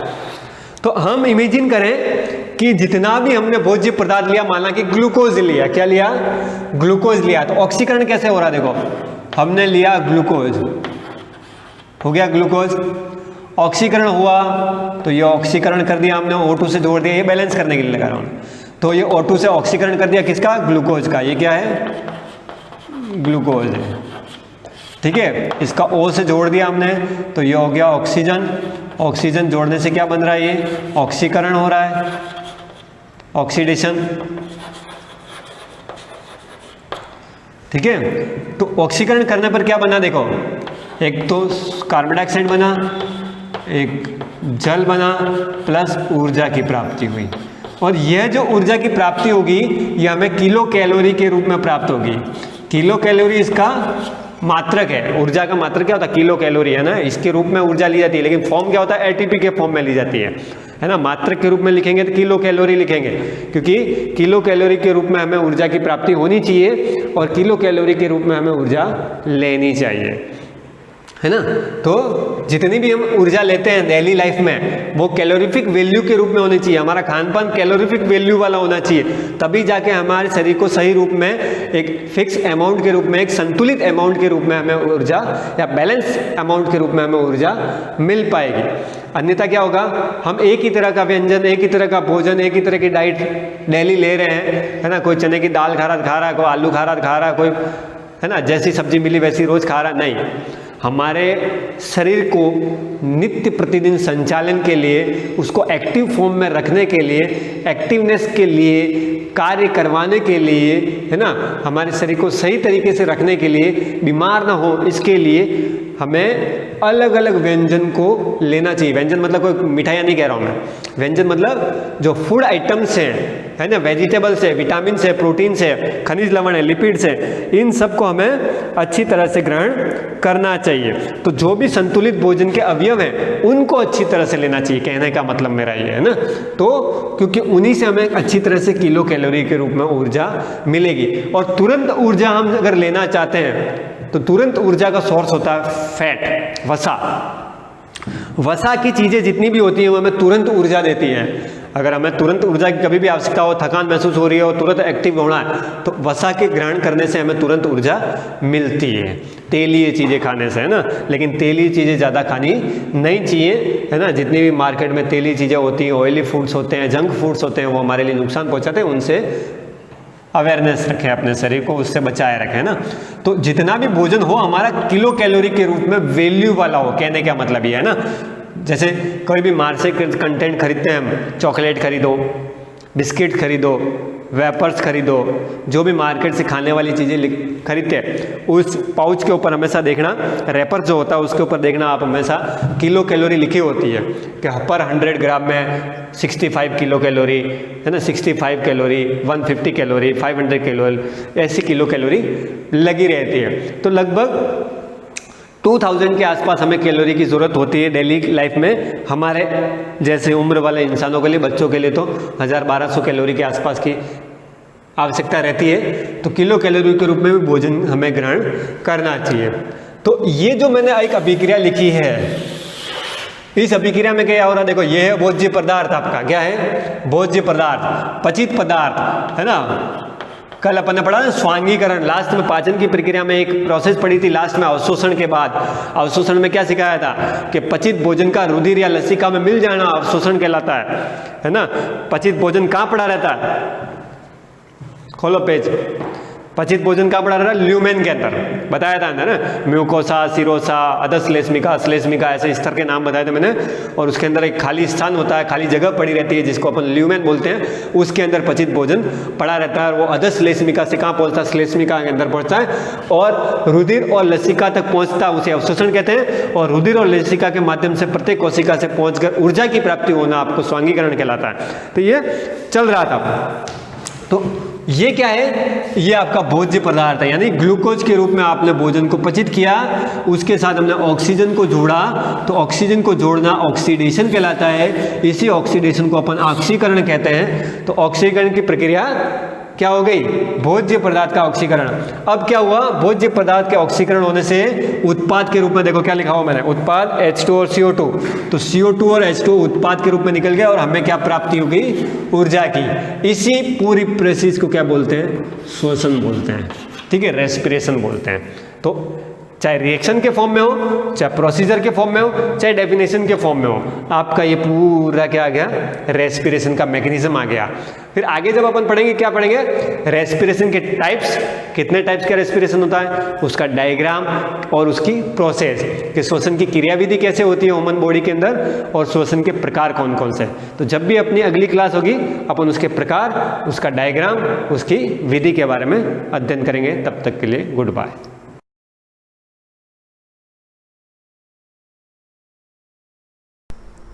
Hello, good morning everyone.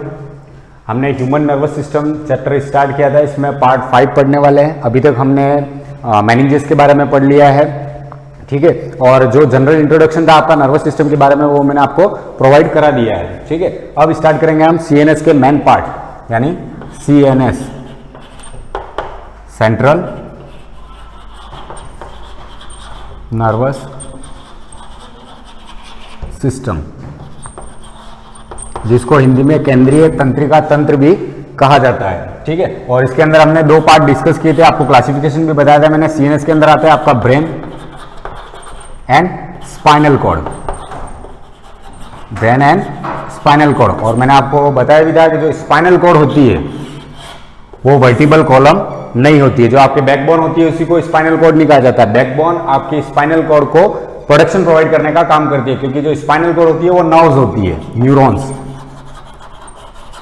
जो प्रोटेक्टेड होती है बाय वर्टिबल कॉलम, ठीक है। तो इसके बारे में भी हम पढ़ेंगे। आज स्टार्ट करते हैं हम ब्रेन के बारे में, ठीक है। तो ब्रेन जो होता है, it also known as encephalon, scientific name होता है इसका एनसेफेलॉन, ठीक है। और ब्रेन को हिंदी में कहा जाता है मस्तिष्क। इसके मेनली 3 पार्ट्स होते हैं। Brain are divided into 3 parts. First होता है प्रोसेंसेफेलॉन, प्रोसेंसेफेलॉन ये इसका साइंटिफिक नेम है, ठीक है, जिसको हम नॉर्मली फोरब्रेन भी कहते हैं, यानी प्रमस्तिष्क, ठीक है। इसके बाद है मेसेंसेफेलॉन, मेसेंसेफेलॉन, ठीक है, जिसको मिड ब्रेन भी कहा जाता है। और रोम्बेंसेफेलॉन, रोम्बेंसेफेलॉन, जिसको हाइंड ब्रेन भी कहा जाता है।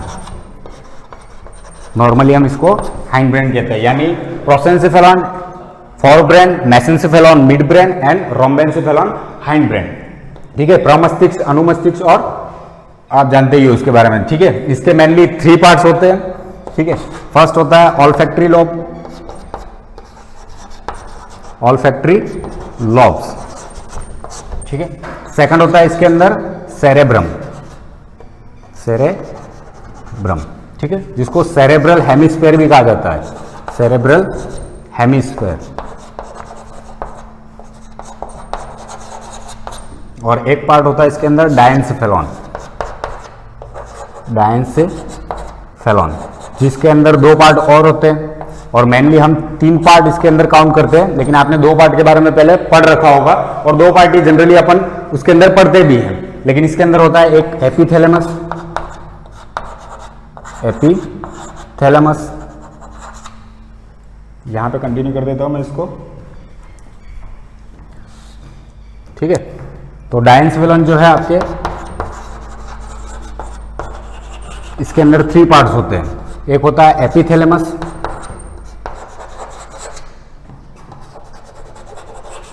एक होता है थैलेमस, और एक होता है हाइपोथैलेमस, हाइपोथैलेमस, ठीक है। तो आपको ध्यान रखना है प्रोसेंसेफेलॉन जो होता है उसके अंदर 3 पार्ट होते हैं, ऑल्फैक्टरी लोब, सेरेब्रम, जिसको सेरेब्रल हेमिस्फीयर भी कहा जाता है, एक होता है डायंसेफेलॉन जिसके अंदर 3 पार्ट आते हैं, एपिथैलेमस, थैलेमस एंड हाइपोथैलेमस, ठीक है। तो आपने ये नोट डाउन कर लिया होगा, इसलिए इसको मैं यहां से इरेज कर देता हूं।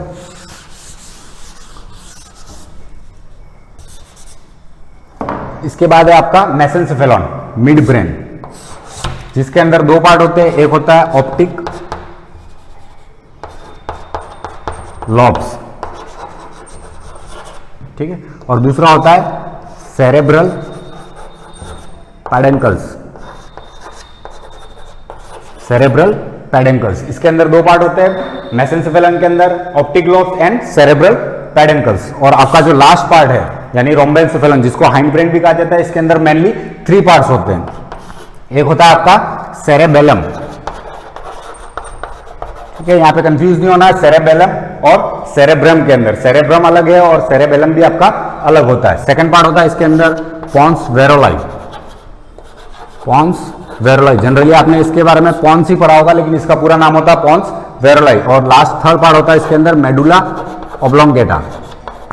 मेडुला ऑब्लोंगेटा, ठीक है। तो ये आपके ब्रेन का क्लासिफिकेशन है। Brain is divided into 3 parts. Brain is divided into 3 parts, 3 parts के अंदर डिवाइड होता है, ठीक है। प्रोसेंसेफेलन, फोरब्रेन, मेसेंसेफेलन मिड ब्रेन और रोम्बेनसेफेलन हाइड ब्रेन। और इनके अंदर तीनों पार्ट आपको पता होना चाहिए। प्रोसेंसेफेलन के अंदर होता है ऑल्फैक्टरी लोब, सेरेब्रम, जिसको सेरेब्रल हेमिस्फीयर भी कहा जाता है, जिसको सेरेब्रल हेमिस्फीयर भी कहते हैं, and diencephalon. Diencephalon further divided into 3 parts, epithalamus, thalamus and hypothalamus. Mesencephalon जो होता है आपका ऑप्टिक लोब्स और सेरेब्रम पेडिकल्स इसके पार्ट होते हैं। और रोम्बेनसेफेलन जो हाइड ब्रेन है उसके अंदर cerebellum, pons varolii and medulla oblongata, ये 3 पार्ट इसके अंदर होते हैं। तो चलो हम स्टार्ट करते हैं आज फोर ब्रेन के बारे में, ठीक है। बिल्कुल इजी टॉपिक है, अगर ध्यान दोगे तो इजीली ज्ञान भी हो जाएगा। इतना ज्यादा कोई डिफिकल्टी नहीं है, सिर्फ नाम याद रखने हैं आपको।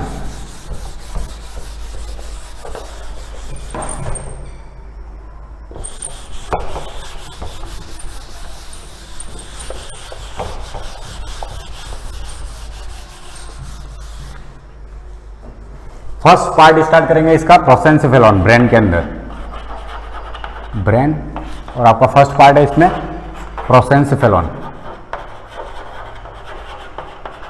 जिसको हम फॉर ब्रेन भी कहते हैं, फॉर ब्रेन, ठीक है। और इसके अंदर पढ़ेंगे हम first optic lobes, sorry olfactory lobes. Generally olfactory lobes जो होते हैं वो ब्रेन के वेंट्रिकल साइड में प्रेजेंट होते हैं और इनका स्ट्रक्चर कुछ ऐसा बना हुआ रहता है। अगर वेंट्रिकल पार्ट में ब्रेन के देखें तो कुछ ऐसा स्ट्रक्चर बना हुआ रहता है, ठीक है।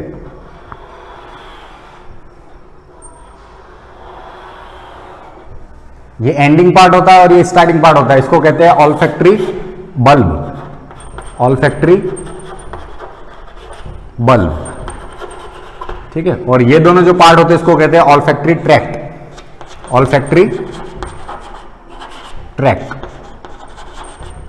ठीक है। और यहां पे जो एंडिंग होती है और जहां पे ये जुड़ते हैं मतलब कनेक्ट होते हैं उसको कहते हैं olfactory region, olfactory region, olfactory region. आपका जो ऑल्फैक्टरी रीजन होता है वो टेम्पोरल लॉब के अंदर प्रेजेंट होता है और ये लॉब्स क्या होते हैं वो भी हम आगे पढ़ेंगे, ठीक है। तो ऑल्फैक्टरी लॉब जो होते हैं वो कितने होते हैं, तो वन पेयर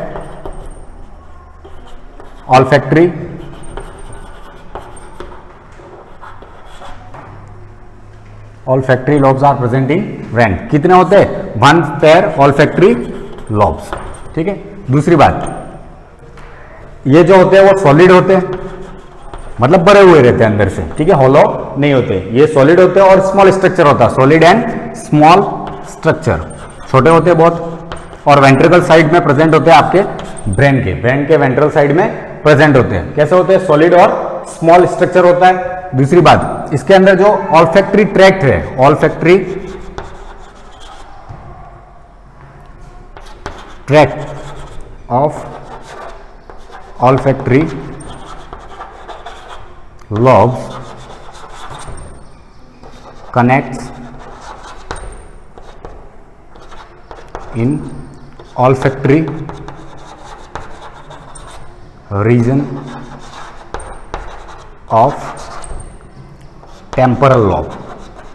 जो आपके ब्रेन के अंदर 4 लॉब्स होते हैं उसके अंदर जो टेम्पोरल लॉब होता है उसके अंदर आपका ऑल्फैक्टरी रीजन होता है जिसके अंदर ये जाके कनेक्ट होते हैं, ठीक है। और मैन इनका जो फंक्शन होता है, नाम से ही पता चलता है ऑल्फैक्टरी रीजन, तो ऑल्फैक्टरी रीजन का जो मेन फंक्शन होता है, फंक्शन ऑफ ऑल्फैक्टरी लॉब्स, ठीक है, detection of smell, detection of smell.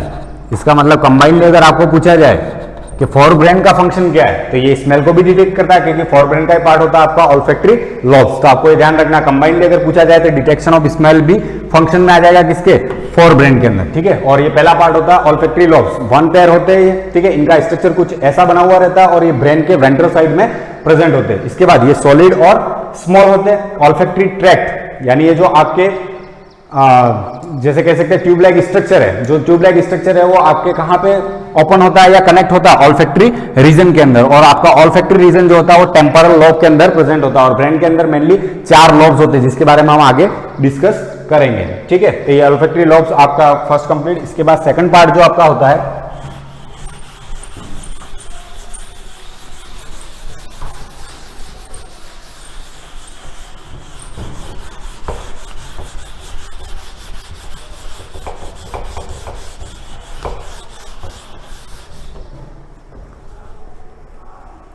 जो आपका सेकंड पार्ट है वो है cerebrum, most important part of brain, cerebrum, जिसको हम सेरेब्रल हेमिस्फीयर भी कहते हैं, सेरेब्रल हेमिस्फीयर भी कहा जाता है, ठीक है। इसको सेरेब्रल हेमिस्फीयर भी कहा जाता है। ये जो होता है वो लार्जेस्ट पार्ट होता है ब्रेन का, ये आपको ध्यान रखना है, largest part of brain, largest part of brain. Brain का लार्जेस्ट पार्ट कौन सा होता है, तो सेरेब्रम, ठीक है। ये इंपॉर्टेंट क्वेश्चन है आपके लिए क्योंकि 12th क्लास में लगभग ऐसे क्वेश्चन बनते भी हैं कि लार्जेस्ट पार्ट ऑफ ब्रेन कौन सा होता है, 1 नंबर का क्वेश्चन इजीली बन सकता है यहां से। तो सेरेब्रम जो होता है वो ब्रेन का लार्जेस्ट पार्ट होता है और सेकंड लार्जेस्ट पार्ट आपका सेरेबेलम होता है, ठीक है। तो लार्जेस्ट पार्ट ऑफ ब्रेन, अगर इसको देखा जाए तो ये कुछ ऊपर से कंप्लीटली कवर करता है ब्रेन को। मतलब आप ब्रेन अगर देखते हो तो मेनली आप सेरेब्रम को ही देख रहे हो क्योंकि बाकी सारे जितने भी पार्ट होते हैं वो सेरेब्रम के अंदर प्रेजेंट होते हैं, मतलब अंदर की साइड होते हैं, इसलिए हम उसको इजीली विजिबल नहीं होते हैं। इसलिए ध्यान रखना कि आपका ये लार्जेस्ट पार्ट होता है जो कंप्लीटली कवर करता है दूसरे पार्ट्स को ब्रेन के, ठीक है। और ये कुछ ऐसा बना हुआ रहता है, अगर इसको डोर्सल व्यू देखे ब्रेन का तो कुछ इस टाइप का स्ट्रक्चर होता है ब्रेन का ऊपर से देखने पर, ठीक है।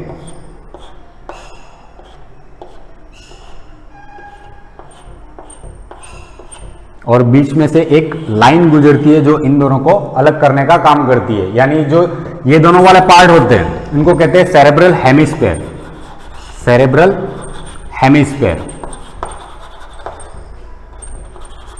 Cerebral hemisphere. और जो इनको डिवाइड करती है, मतलब सेरेब्रम को जो डिवाइड करने का काम करती है उसको कहते हैं सेरेब्रल फिशर, सेरेब्रल फिशर, जो इनको डिवाइड करती है 2 हेमिस्फीयर में। और हेमिस्फीयर क्या होता है आप जानते भी, एक सर्कल जो होता है उसका जो हाफ पार्ट होता है उसको हम क्या कहते हैं, हेमिस्फीयर कहते हैं। और इनको जो बीच में डिवाइड कर रही है लाइन वो यहाँ पे क्या कहलाती है, सेरेब्रल फिशर। और 2 जो पार्ट डिवाइड होकर हमको मिल रहे हैं उनको कहते हैं सेरेब्रल हेमिस्फीयर, ठीक है। ये कंप्लीटली पता होना चाहिए आपको।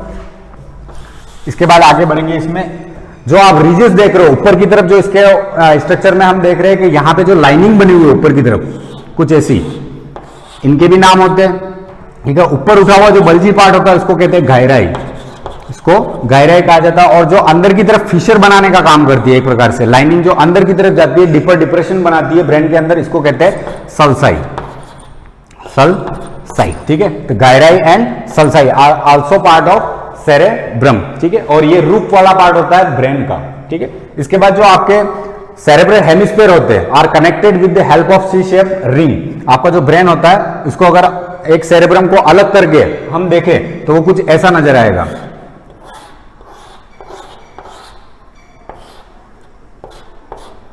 और इसमें जो सी शेप रिंग होती है, यहां पे एक सी शेप रिंग प्रेजेंट होती है, ये वाली, इस सी शेप रिंग को कॉर्पस कैलोसम कहा जाता है, जो ब्रेन के दोनों हेमिस्फीयर को कनेक्ट करने का काम करती है, ठीक है। इसको कहते हैं corpus callosum,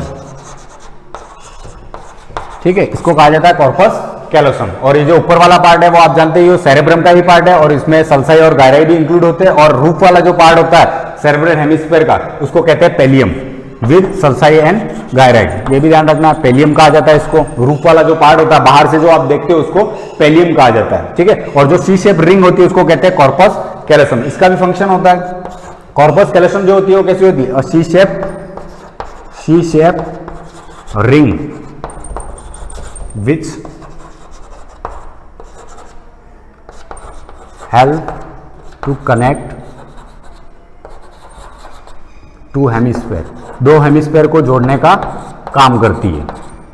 connect two hemisphere, दो हेमिस्फेयर को आपस में जोड़ने का काम कौन करती है? C shape ring. और सबसे मोस्ट इंपॉर्टेंट बात होती है, it is an characteristic feature of mammals. ये ममेल्स का कैरेक्टरिस्टिक फीचर होता है। कैरेक्टरिस्टिक फीचर मतलब ममेल्स के अंदर ही पाया जाता है। Characteristic feature of mammals, mammals का कैरेक्टरिस्टिक फीचर होता है आपका C shape ring, corpus callosum, ठीक है। और ये कैसा होता है? It is an myelinated axon. और ये माइलिनेटेड एक्सोन क्या होता है मैंने आपको पहले बता दिया है, ठीक है। तो it is formed from myelinated axon. ये माइलिनेटेड एक्सोन से बना हुआ रहता है पार्ट पूरा, माइलिनेटेड एक्सोन। इसके अंदर माइलिनेटेड एक्सोन का ही पार्ट होता है, ठीक है। तो आपने पढ़ा भी है ग्रे मैटर और व्हाइट मैटर, उसी के अंदर इंक्लूड होता है ये माइलिनेटेड एक्सोन, ठीक है। तो इसके अंदर ओनली माइलिनेटेड एक्सोन है। इसका मतलब कॉर्पस कैलोसम कैसा होगा? मेडुला, ठीक है। मेडुला वाला पार्ट होगा और मेडुला रीजन के अंदर ही पाया जाता है। जैसा कि मैं आपको बता दूं, ब्रेन के अंदर दो पार्ट होते हैं मेनली। जो ये ब्रेन बना हुआ आपका, ठीक है, उसका जो आउटसाइड वाला पार्ट होता है, आउटर पार्ट, उसको कहते हैं कॉर्टेक्स या सेरेब्रल कॉर्टेक्स। और जो इनर पार्ट होता है, यानी आपका जो सी शेप रिंग जिसके अंदर आ जाती है, ठीक है, वो इनर वाले पोर्शन को मेडुला कहा जाता है। इनर वाले पोर्शन को मेडुला कहा जाता है, मेडुला, यानी सेरेब्रल मेडुला भी कह सकते हैं इसको, ठीक है। तो ब्रेन के अंदर भी दो पार्ट होते हैं। एक आउटसाइड वाला जो पार्ट होता है उसको कॉर्टेक्स कहते हैं, और ये ग्रे मैटर होता है। और ग्रे और व्हाइट मैटर क्या होता है ये मैंने फर्स्ट वीडियो में डिस्कस कर लिया था, ठीक है। ग्रे मैटर और मेडुला जो होता है आपका कैसा होता है? White matter. और इसको व्हाइट क्यों कहा जाता है, उसको ग्रे क्यों कहा जाता है, ये बात हमने डिस्कस कर ली थी, ठीक है। तो ये जो आपका सेरेब्रम होता है, cerebral hemisphere, it is N largest part of brain. It is in two part mainly, cerebral hemisphere which is connected by a C-shaped ring which is called corpus callosum, जिसको क्या कहा जाता है? corpus callosum कहा जाता है। और सबसे मोस्ट इंपॉर्टेंट बात इसके अंदर ये होती है कि कैरेक्टरिस्टिक्स फीचर होता है किसका? ओनली ममेल्स का, यानी ममेल्स के अंदर ही ये C-shaped रिंग पाई जाती है। बाकी किसी ऑर्गेनिज्म के अंदर ब्रेन को कनेक्ट करने, ब्रेन तो पाया जाता है लेकिन ब्रेन को कनेक्ट करने के लिए ऐसी कोई रिंग होती नहीं है। और ये कनेक्शन होता है मतलब दो ब्रेन के बीच में जो भी कोऑर्डिनेशन होगा उस इंफॉर्मेशन को ट्रांसफर करने का काम करती है, ठीक है। और ये माइलिनेटेड एक्सोन होता है ओनली, ठीक है। इसके अंदर सल्साई और गायराई भी प्रेजेंट होते हैं।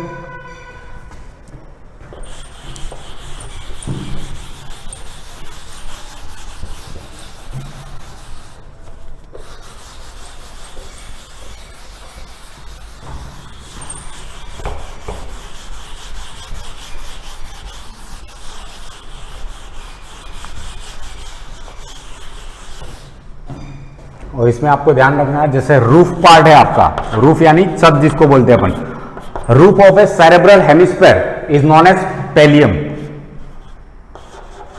Cerebral hemisphere roof is known as pallium. इसको पेलियम कहा जाता है। क्या कहते हैं इसको? Pallium with sulci and gyri, with sulci and gyri, sulci and gyri, ठीक है। आपको ये ध्यान रखना है, उसके साथ सल्साई और गायराई भी इंक्लूड होते हैं। और उसका जो रूफ वाला पार्ट होता है उसको पेलियम कहा जाता है। सेरेब्रल हेमिस्फीयर के रूफ वाले पार्ट को क्या कहते हैं? सल्साई, पेलियम कहा जाता है विद सल्साई एंड गायराई, ठीक है। और दूसरी बात, इसका जो फ्लोर वाला पार्ट होता है, फ्लोर वाला पार्ट उसको कहते हैं कॉर्पस स्ट्राइटम, कॉर्पस स्ट्राइटम, ठीक है। इसके रूफ वाले पार्ट को क्या कहा जाता है? कॉर्पस स्ट्राइटम कहा जाता है। ये होता है आपका सेरेब्रल हेमिस्फीयर, जिसके बारे में हमने डिस्कस कर लिया। इसके अंदर सेरेब्रल दो पार्ट होते हैं, cerebral hemisphere with the help of cerebral fissure. दो पार्ट बनते हैं किसकी वजह से? तो सेरेब्रल फिशर की वजह से बनते हैं। इसमें सल्साई और गायराई होती है। इसके रूफ वाले पार्ट को पेलियम कहा जाता है और फ्लोर वाले पार्ट को क्या कहते हैं? कॉर्पस स्ट्राइटम कहा जाता है, ठीक है। और इसके अंदर मेनली 4 लॉब्स होते हैं, वो डिस्कस करना जरूरी है, जो साथ में अपन यहाँ पे बता देते हैं कि इसके अंदर 4 लॉब्स होते हैं सेरेब्रल हेमिस्फीयर के अंदर, ठीक है। उन 4 लॉब्स के बारे में हम डिस्कस कर लेते हैं। Cerebral hemisphere is divided into 4 lobes, 4 lobes के अंदर ये डिवाइड होता है। और 4 लोब्स कौन कौन से होते हैं? पहला होता है फ्रंटल लोब, फ्रंटल लोब, ठीक है। दूसरा होता है parietal lobe, parietal lobe, frontal lobe, parietal lobe. तीसरा होता है इसके अंदर ऑसिपिटल लोब, ऑसिपिटल लोब, ठीक है। और फोर्थ होता है इसके अंदर टेम्पोरल लोब, जो हमने अभी आगे डिस्कस किया था और मैंने बताया था कि टेम्पोरल लोब आगे हम पढ़ेंगे और क्या होता है टेम्पोरल लोब। ये पार्ट्स होते हैं ब्रेन के अंदर। सेरेब्रल जो हेमिस्फीयर है वो आपका 4 पार्ट्स के अंदर डिवाइड होता है, जिसमें से 4 पार्ट होते हैं। वो कौन कौन से होते हैं? Frontal lobe, parietal lobe, occipital lobe and temporal lobe. इसको अगर डायग्रामेटिकली देखें तो कुछ ऐसा बना हुआ रहता है रीजन, जैसे ये आपका ब्रेन का एक रफ डायग्राम है, ठीक है। यूं समझ लीजिए आपका ये ब्रेन है, इसके अंदर जो आगे वाला पार्ट होता है और जो सलसाई होती है वो अंदर की तरफ एक फिशर बनाती है, जिसकी वजह से 2 पार्ट हो जाते हैं। तो आगे वाले एंटीरियर पोर्शन को, यानी जो एंटीरियर पोर्शन है आपका, इसको कहते हैं फ्रंटल लोब, फ्रंटल लोब, ठीक है। और इसके जस्ट बैकवर्ड पोर्शन होता है, उसको कहते हैं पैराइटल लोब, पैराइटल लोब, ठीक है। और यहां पे जो फिशर होती है, एक फिशर और जनरेट होती है यहां पे, जो एक पोर्शन और बनाती है, जिसकी वजह से पैराइटल और यहां वाला लोब डिफरेंशिएट होते हैं, जिसको कहते हैं ऑसिपिटल लोब, ऑसिपिटल लोब, ठीक है। और आपका ये जो कंप्लीटली कवर्ड पार्ट होता है, जिसकी वजह से फ्रंटल और पैराइटल डिफरेंशिएट होते हैं, इस वाले पोर्शन को कहा जाता है टेम्पोरल लोब, टेम्पोरल लोब। और इसी टेम्पोरल रीजन या लोब के अंदर आपके ऑसिपिटल रीजन प्रेजेंट होता है, ठीक है। तो frontal lobe, parietal lobe, occipital lobe और टेम्पोरल लोब जो होता है, इसके अंदर जो फिशर होती है, जो इनको डिवाइड करने का काम करती है, इनका भी अपना एक नाम होता है। जैसे फ्रंटल लोब और पैराइटल लोब है, इनको जो डिवाइड करती है उस फिशर को कहते हैं सेंट्रल फिशर। ये नाम आपको याद रखने हैं, इसको कहा जाता है सेंट्रल फिशर। और डायग्रामेटिकली याद रखोगे तो इजीली आपको याद हो जाएगा। तो frontal lobe and parietal lobe is divided with the help of central fissure, and then parietal lobe and occipital lobe also divided with the help of a fissure which is known as parieto-occipital fissure, parieto-occipital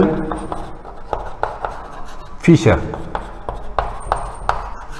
ठीक है। और आपका ये जो frontal lobe और parietal lobe, temporal lobe जो बनाता है, इसके अंदर जो फिशर होती है, जो इसको डिवाइड करती है फ्रंटल और पैराइटल से, उसको कहा जाता है लेटरल फिशर, इसको कहते हैं लेटरल फिशर, या इसका दूसरा नाम भी है साल्वियन फिशर, साल्वियन फिशर भी इसको कहा जाता है, साल्वियन फिशर, ठीक है। और नेक्स्ट इसके जो फंक्शन बचते हैं सेरेब्रल हेमिस्फीयर के, वो हम नेक्स्ट वीडियो में डिस्कस करेंगे। Thank you.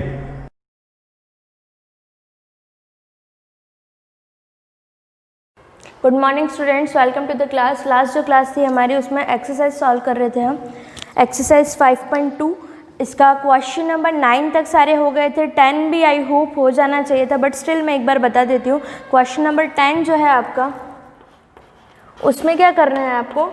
Solve the following system of equations using determinant. Determinant का यूज़ करके हमको इक्वेशन सॉल्व करें। डिटर्मिनेंट का यूज़ हम कौन से मेथड में करते हैं? क्रैमर्स रूल में। तो सीधी सी बात है, क्रैमर्स रूल अप्लाई करना है। Solve the following system of equation using determinants. Cramer's rule apply करके आपको यहाँ पर एक्स वाई जेड का वैल्यू फाइंड करना है। जैसे क्वेश्चन नंबर फर्स्ट है, वो तो आप इजीली कर लेंगे। उसके लिए डेल 1 एंड डेल 2 का वैल्यू फाइंड करके फॉर्मूला अप्लाई करना है। X is equal to del upon del 1, y is equal to del upon del 2 and z is equal to del upon del 3। इसका क्वेश्चन नंबर सेकेंड में बता रही हूँ, इसका भी जस्ट क्लू दे रही हूँ, सॉल्व आपको ही करना है। क्वेश्चन आपका जैसे दे रखा है 2 upon x plus 3 upon y plus 10 upon z that is equal to 4। This is equation number 1। Second is 4 upon x plus minus है यहाँ पर minus 6 upon y plus 5 upon z that is equal to 1।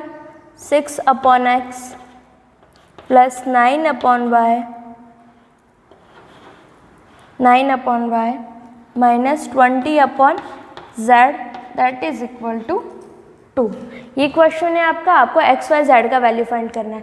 तो पहले जो हम ले रहे थे डिटर्मिनेंट जो भी यूज़ कर रहे थे उसमें कॉफिशिएंट्स का मेन रोल रहता है। तो कॉफिशिएंट्स किसके ले रहे थे, एक्स के कॉफिशिएंट ले रहे थे। अब यहाँ पर मल्टीप्लाई में एक्स नहीं है, 1/x है, 1/y है एंड 1/z है, लेकिन हमको तो एक्स के कॉफिशिएंट्स चाहिए। तो हम यहाँ पर क्या करेंगे कि इसको जो पहले फॉर्मेशन होता था जिसमें x के कोएफिशिएंट्स होते थे उनके जैसा बनाएंगे। तो उसके लिए क्या करेंगे, ये जो 1/x है, ये 1/y है, 1/z को कुछ ना कुछ कंसीडर कर देंगे, like a b c k l m anything. तो मैं यहाँ पर क्या कर रही हूँ, let 1/x that is equal to capital X, 1/y that is equal to capital Y and 1/z that is equal to capital Z। अब ये वैल्यूज़ जो है हम इसमें पुट कर देंगे। तो इक्वेशंस क्या बन जाएगी हमारे पास, ऑन पुटिंग द वैल्यूज़।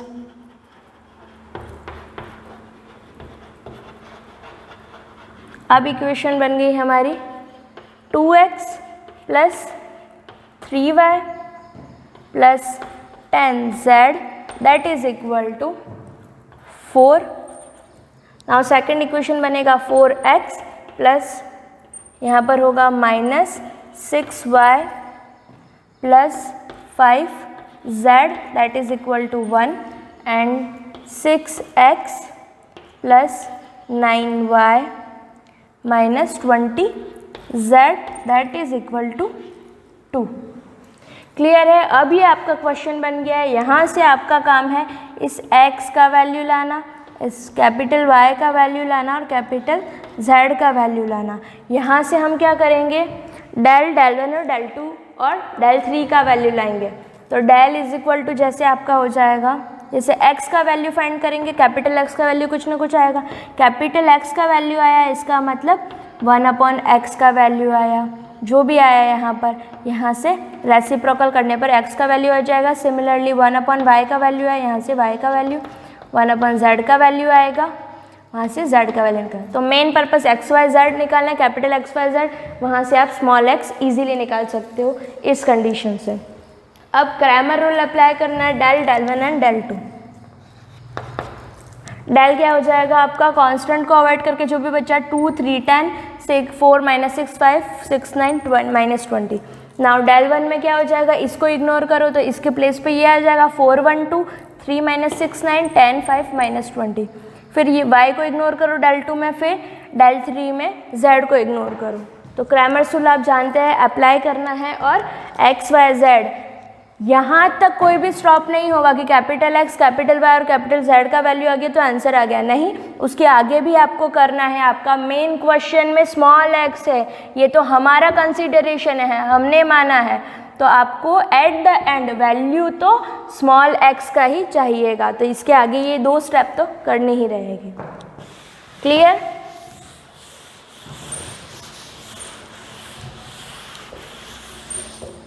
अब इसके बाद देखिए क्वेश्चन नंबर 11।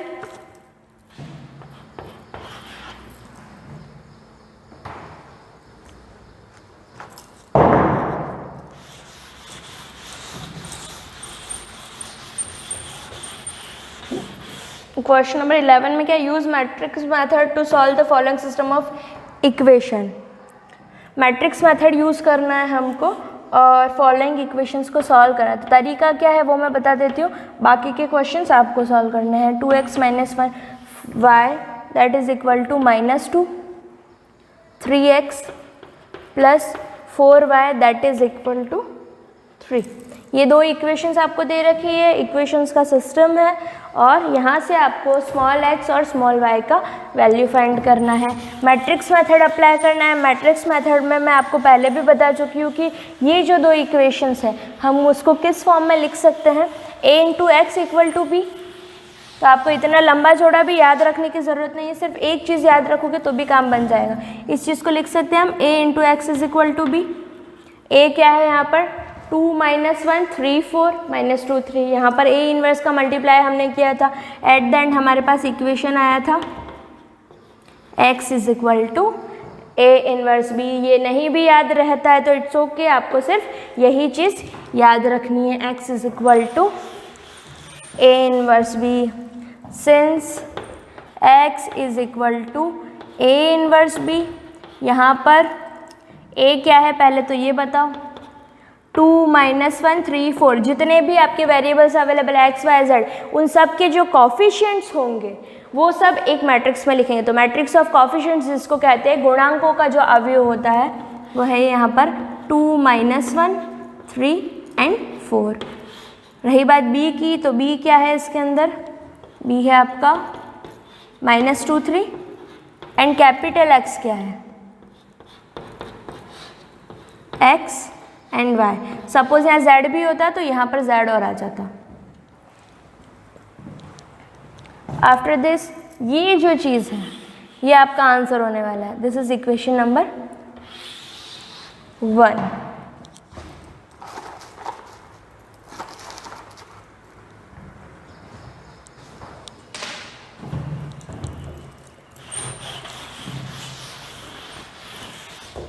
सॉल्व करते हैं इसको। अब इसके लिए क्या क्या ज़रूरत है, ए इनवर्स और बी चाहिए, बी ऑलरेडी है, ए इनवर्स हमको चाहिएगा। ए इनवर्स का वैल्यू निकालना है तो क्या तरीका होता है, adjoint A upon determinant of A. अब दोनों ही चीज़ें निकालनी पड़ेगी, एडजॉइंट ए भी और डिटर्मिनेंट ऑफ ए भी। एडजॉइंट ए कैसे निकालेंगे, ये तरीका हम जानते हैं। सबसे पहले क्या करना पड़ेगा, इंडिविजुअली हर एक एलिमेंट का कोफैक्टर निकालना पड़ेगा और उन कोफैक्टर की मैट्रिक्स निकालनी पड़ेगी। तो पहले मैट्रिक्स ऑफ कोफैक्टर बनाएंगे, फिर उसका ट्रांसपोज करने पर एडजॉइंट मिल जाएगा। तो मैट्रिक्स ऑफ कोफैक्टर यहाँ पे बना देंगे हम। कोफैक्टर यानी कि सहखंड जिसे कहते हैं, यानी विद साइन सारी चीज़ें लेनी पड़ेगी। एडजॉइंट ए ये रहा। अब यहाँ पर जो तरीका होता है साइन लेने का, वो सीक्वेंस कुछ इसी तरीके से होता है। 2/2 का मैट्रिक्स होता है तो 2 plus minus minus plus, this is plus this is plus. 2 के लिए ये हट जाएगा ये हट जाएगा, तो कोफैक्टर क्या बचा 4। 4 के लिए ये हटा क्या बचा 2। तो 4 के लिए प्लस प्लस वाले मैंने पहले लिख दिया। नाउ द माइनस माइनस, -1 के लिए देख रही हो, 4 हटा, ये कॉरस्पॉन्डिंग रो हटा, कॉलम हटा, क्या बचा 3। लेकिन ये माइनस है तो इसका साइन हो जाएगा -3। अब 3 के लिए रो कॉलम हट गया रो हट गया, क्या बचा -1। अब साइन चेंज होता है तो ये -1 का प्लस हो जाएगा। ये हो गया एडजॉइंट है। अब यहाँ तक नहीं, ये तो सिर्फ कोफैक्टर्स निकाले हैं, ट्रांसपोज अभी बाकी है। ट्रांसपोज करेंगे तब जाके एडजॉइंट मिलेगा। अब इसका ट्रांसपोज करेंगे तो क्या होगा 4 1 -3 2। This is your adjoint A. इस चीज़ को आप लेके चलेंगे और डिटर्मिनेंट ऑफ ए निकालना है तो क्या आ जाएगा, ए इज योर, कहाँ गया ए, 2 -1 एंड 3 4, 2 -1 3 4। क्लियर है। इसको सॉल्व करेंगे, 4 2 ज़ा 8, माइनस माइनस प्लस हो जाएगा, 3 1 ज़ा 3, 8 + 3 11। This is the value of determinant of A. इसीलिए अब आपका ए इनवर्स क्या हो जाएगा, adjoint A upon determinant of A. तो मैं डायरेक्टली यहाँ लिख लिया, आप पहले फॉर्मूला लिखेंगे 1/11। एडजॉइंट ए है आपका 4 1 -3 2, 4 1 -3 2। This is your A inverse. Now what do you want? A inverse into B. Now put the values in equation number 1. समीकरण 1 में A inverse का मान रखने पर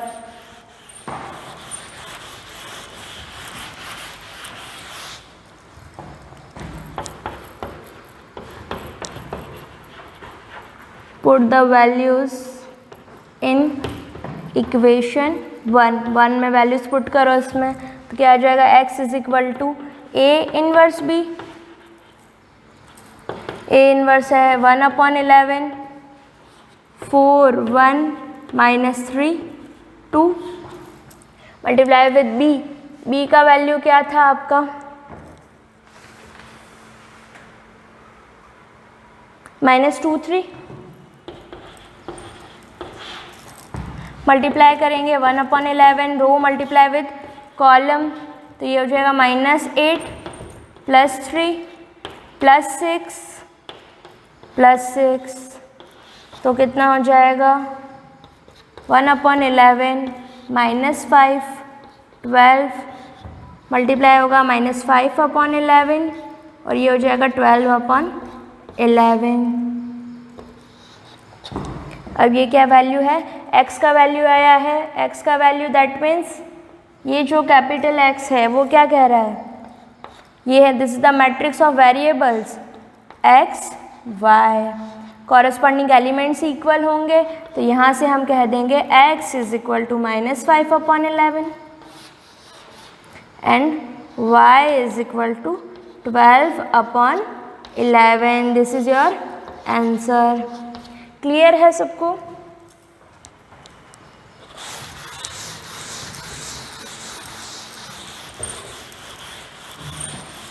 अब नेक्स्ट जो क्वेश्चन करेंगे, इसके बाद जो आगे के जितने भी क्वेश्चन है लगभग यही है, कहीं पर मैट्रिक्स मेथड, कहीं क्रैमर्स रूल।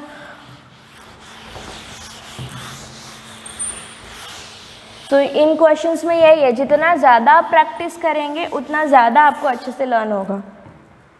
क्वेश्चन नंबर 12 है, जैसे यहाँ पर क्या है, मैट्रिक्स से पहले से दे रखे है, मैट्रिक्स ऑफ कॉफिशिएंट पहले से ही दे रखा है, उसका यूज़ करके तो कोई नई बात नहीं बता दी, अगर नहीं भी देते तो भी हम उसका आंसर लेके ही आ जाते हैं।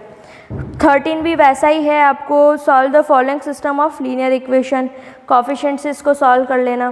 फिर उसके बाद में 14 है, उसमें भी ऐसा ही है।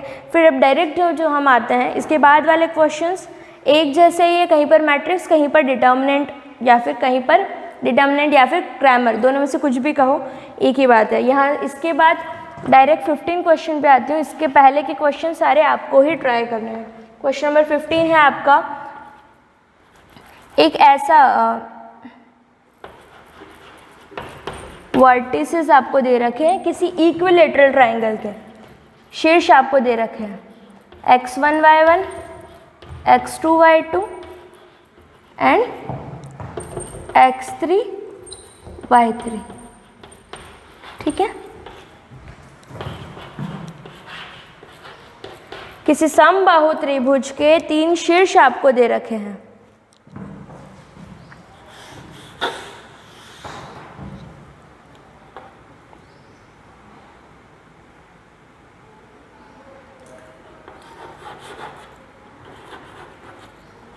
of an equilateral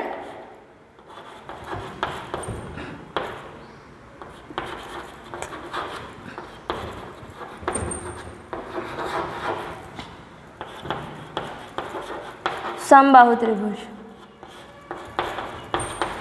ठीक है। एक समबाहु त्रिभुज है, उसके 3 शीर्ष आपको दे रखे हैं, जिसमें साइड जो है, लेंथ ऑफ साइड जो दे रखी है,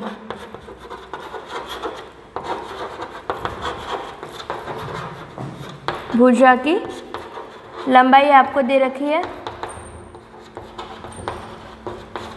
equal to a, length of side a दे रखा है, समबाहु त्रिभुज दे रखा है, इक्विलेटरल ट्राइंगल कुछ इस तरीके का होता है a।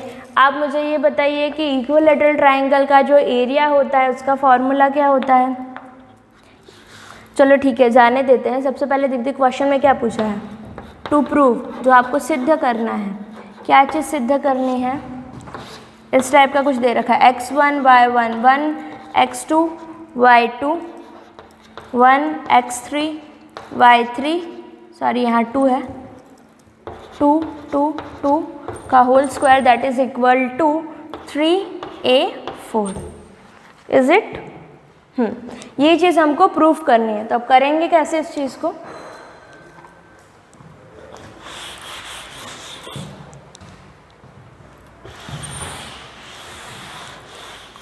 तो प्रूव करने के लिए देखते हैं। तो सबसे पहले इस चीज़ को ऑब्जर्व करो कि आपको प्रूव करना क्या है, किस टाइप का फॉर्मेशन है ये, ऐसा डिटर्मिनेंट पहले कभी देखा है ट्राइंगल से रिलेटेड। यहाँ लिखा है x1 y1 2। अब डिटर्मिनेंट फॉर्म तो देखा है ट्राइंगल के लिए, एरिया के लिए, अगर ट्राइंगल के लिए अगर बात करें डिटर्मिनेंट कहाँ यूज़ करते हैं, एरिया फाइंड करने के लिए, वहाँ पर क्या होता है, लेकिन x1 y1 1 होता है, 2 नहीं होता है। और ये स्क्वायर तो चलो लगा भी दिया, हमारे पास अभी तक कोई फॉर्मूला नहीं था, बट ये नेक्स्ट स्टेप कह सकते हैं। बट इसको एक बार के लिए इग्नोर कर दे, अंदर वाली चीज़ को देखते, किससे मिलता जुलता क्या चीज़ दिखती है, एरिया ऑफ ट्राइंगल। तो यूज़ हम उसी का कर पाएंगे। तो area of triangle, firstly since we know that, हम जानते हैं कि एरिया ऑफ इक्विलैटरल ट्राइंगल,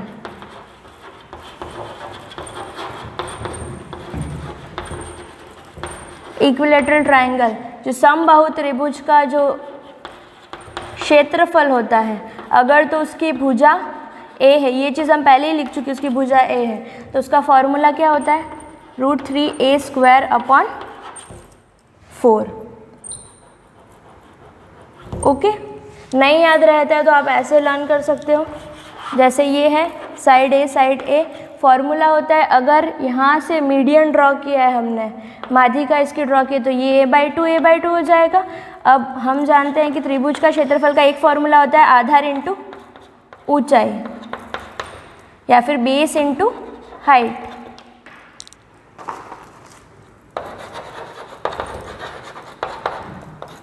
ठीक है, तो अब बेस तो हमारे पास है a, लेकिन ये हाइट हमको नहीं पता, तो हाइट कैसे पता करेंगे, ये a/2, दिस इज हाइपोटेनस, क्योंकि ये 90 है, तो यहाँ से ये परपेंडिकुलर निकाला जा सकता है। तो हम जानते हैं perpendicular square equal to hypotenuse square minus base square, लंब स्क्वायर बराबर कर्ण स्क्वायर माइनस आधार स्क्वायर। तो कर्ण क्या है, a² माइनस आधार क्या है, a/2, तो a² / 4 हो जाएगा। सॉल्व करेंगे तो 3a² / 4। अब ये परपेंडिकुलर स्क्वायर है, ओनली परपेंडिकुलर चाहिए तो अंडर रूट आ जाएगा, तो इसका आंसर क्या आ जाएगा, √3a/2 परपेंडिकुलर। तो हाइट हमारे पास आ गई, बेस हमारे पास a ऑलरेडी है, पूरा का पूरा बेस ले लिया मैंने, और हाइट क्या हो गई, √3a/2। तो यहाँ से हो जाएगा √3a² / 4। क्लियर है, तो इसलिए area of equilateral triangle √3a² हमारे पास आ गया। अब ये तो डायरेक्ट चीज़ हो गई कि ये फॉर्मूला होता है, लेकिन अगर भुजा नहीं दे रखी होती, सिर्फ शीर्ष दे रखे होते हैं, तो area of equilateral triangle again नहीं होता है, एरिया ऑफ इक्विलैटरल जाने दो, सिर्फ एरिया ऑफ ट्राइंगल। किसी भी त्रिभुज का जो क्षेत्रफल होता है वो क्या होता है, del is equal to 1/2 x1 y1 1 x2 y2 1 and x3 y3 1। This is the thing, area of triangle, same triangle का एरिया ये भी है, सेम ट्राइंगल का एरिया ये भी है, तो दोनों इक्वल हुए, तो दोनों को बराबर लिख लेंगे। तो यहाँ पर लिख लेंगे हम half x1 y1 1 x2 y2 1 x3 y3 1, that is equal to √3a² / 4। ये हो गया आंसर, अभी तक आया नहीं है, 3a4 चाहिए हमको, तो वो चीज़ कैसे आएगी यहाँ पर,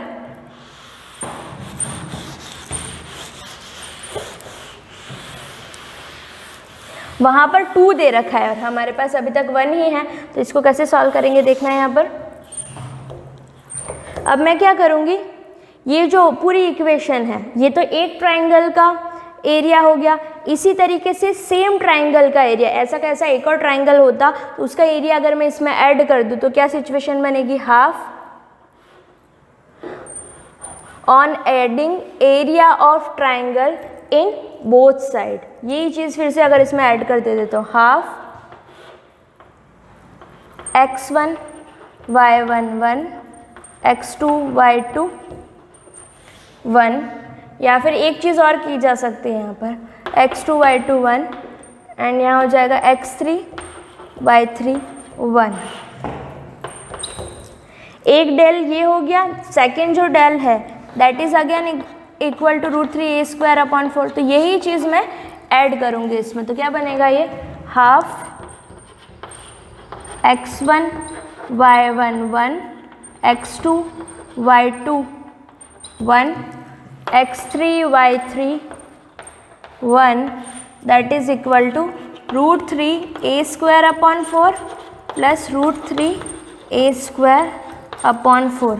अब ये चीज़ देख के कंफ्यूज नहीं होना कि दोनों साइड अलग अलग क्वांटिटी ऐड करिए, ये दोनों चीज़ें सेम ही है कि तो मैं दोनों साइड अगर ओनली √3a² अपॉन 4 ऐड करूँ या फिर दोनों तरफ यही चीज़ को ऐड करूँ, एक तरफ डिटर्मिनेंट एक तरफ ये करूँ, तो कोई फ़र्क नहीं पड़ेगा इसमें।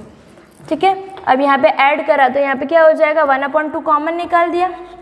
अब इन दोनों चीज़ों को देखो, डिटर्मिनेंट को, इसकी ये जो दोनों कॉलम्स है इसकी ये जो 2 कॉलम्स है सेम है, लास्ट वाला जो है दैट इज अगेन 1 1 सेम ही बन रहा है वैसे तो, पर ये हमारा एक रूल होता है डिटर्मिनेंट के अंदर कि अगर एडिशन में 2 डिटर्मिनेंट्स दे रखी है तो कोई भी 2 रो अगर सेम है तो थर्ड वाले को आप एस प्लस लिख सकते हैं। तो यहाँ पर मैं क्या करूँ, x1 x2 x3 y1 y2 y3 जो थर्ड कॉलम बन रहा है 1 1 इनको मैं ऐड करके लिख लूँ 1 + 1 1 + 1, ये प्रॉपर्टी मैं पहले बता चुकी हूँ 1 + 1, और हाफ जो है वो कॉमन निकल चुका है,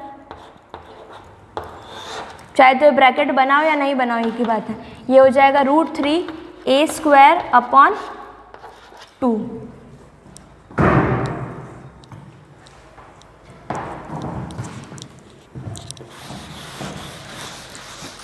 उसके बाद जो आएगा वो होगा 1/2 determinant x1 y1 x2 y2 x3 y3 here 1 + 1 is 2 2 2 that is equal to √3a² upon 2।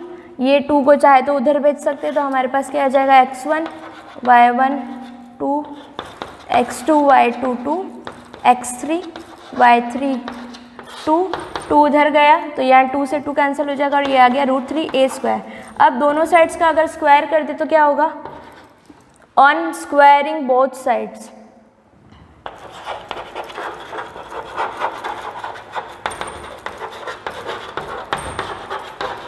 दोनों साइड का स्क्वायर किया तो क्या हो जाएगा, √3a² का भी स्क्वायर हो जाएगा। तो अब ये नंबर क्या बन जाएगा 3a4 which is our required answer,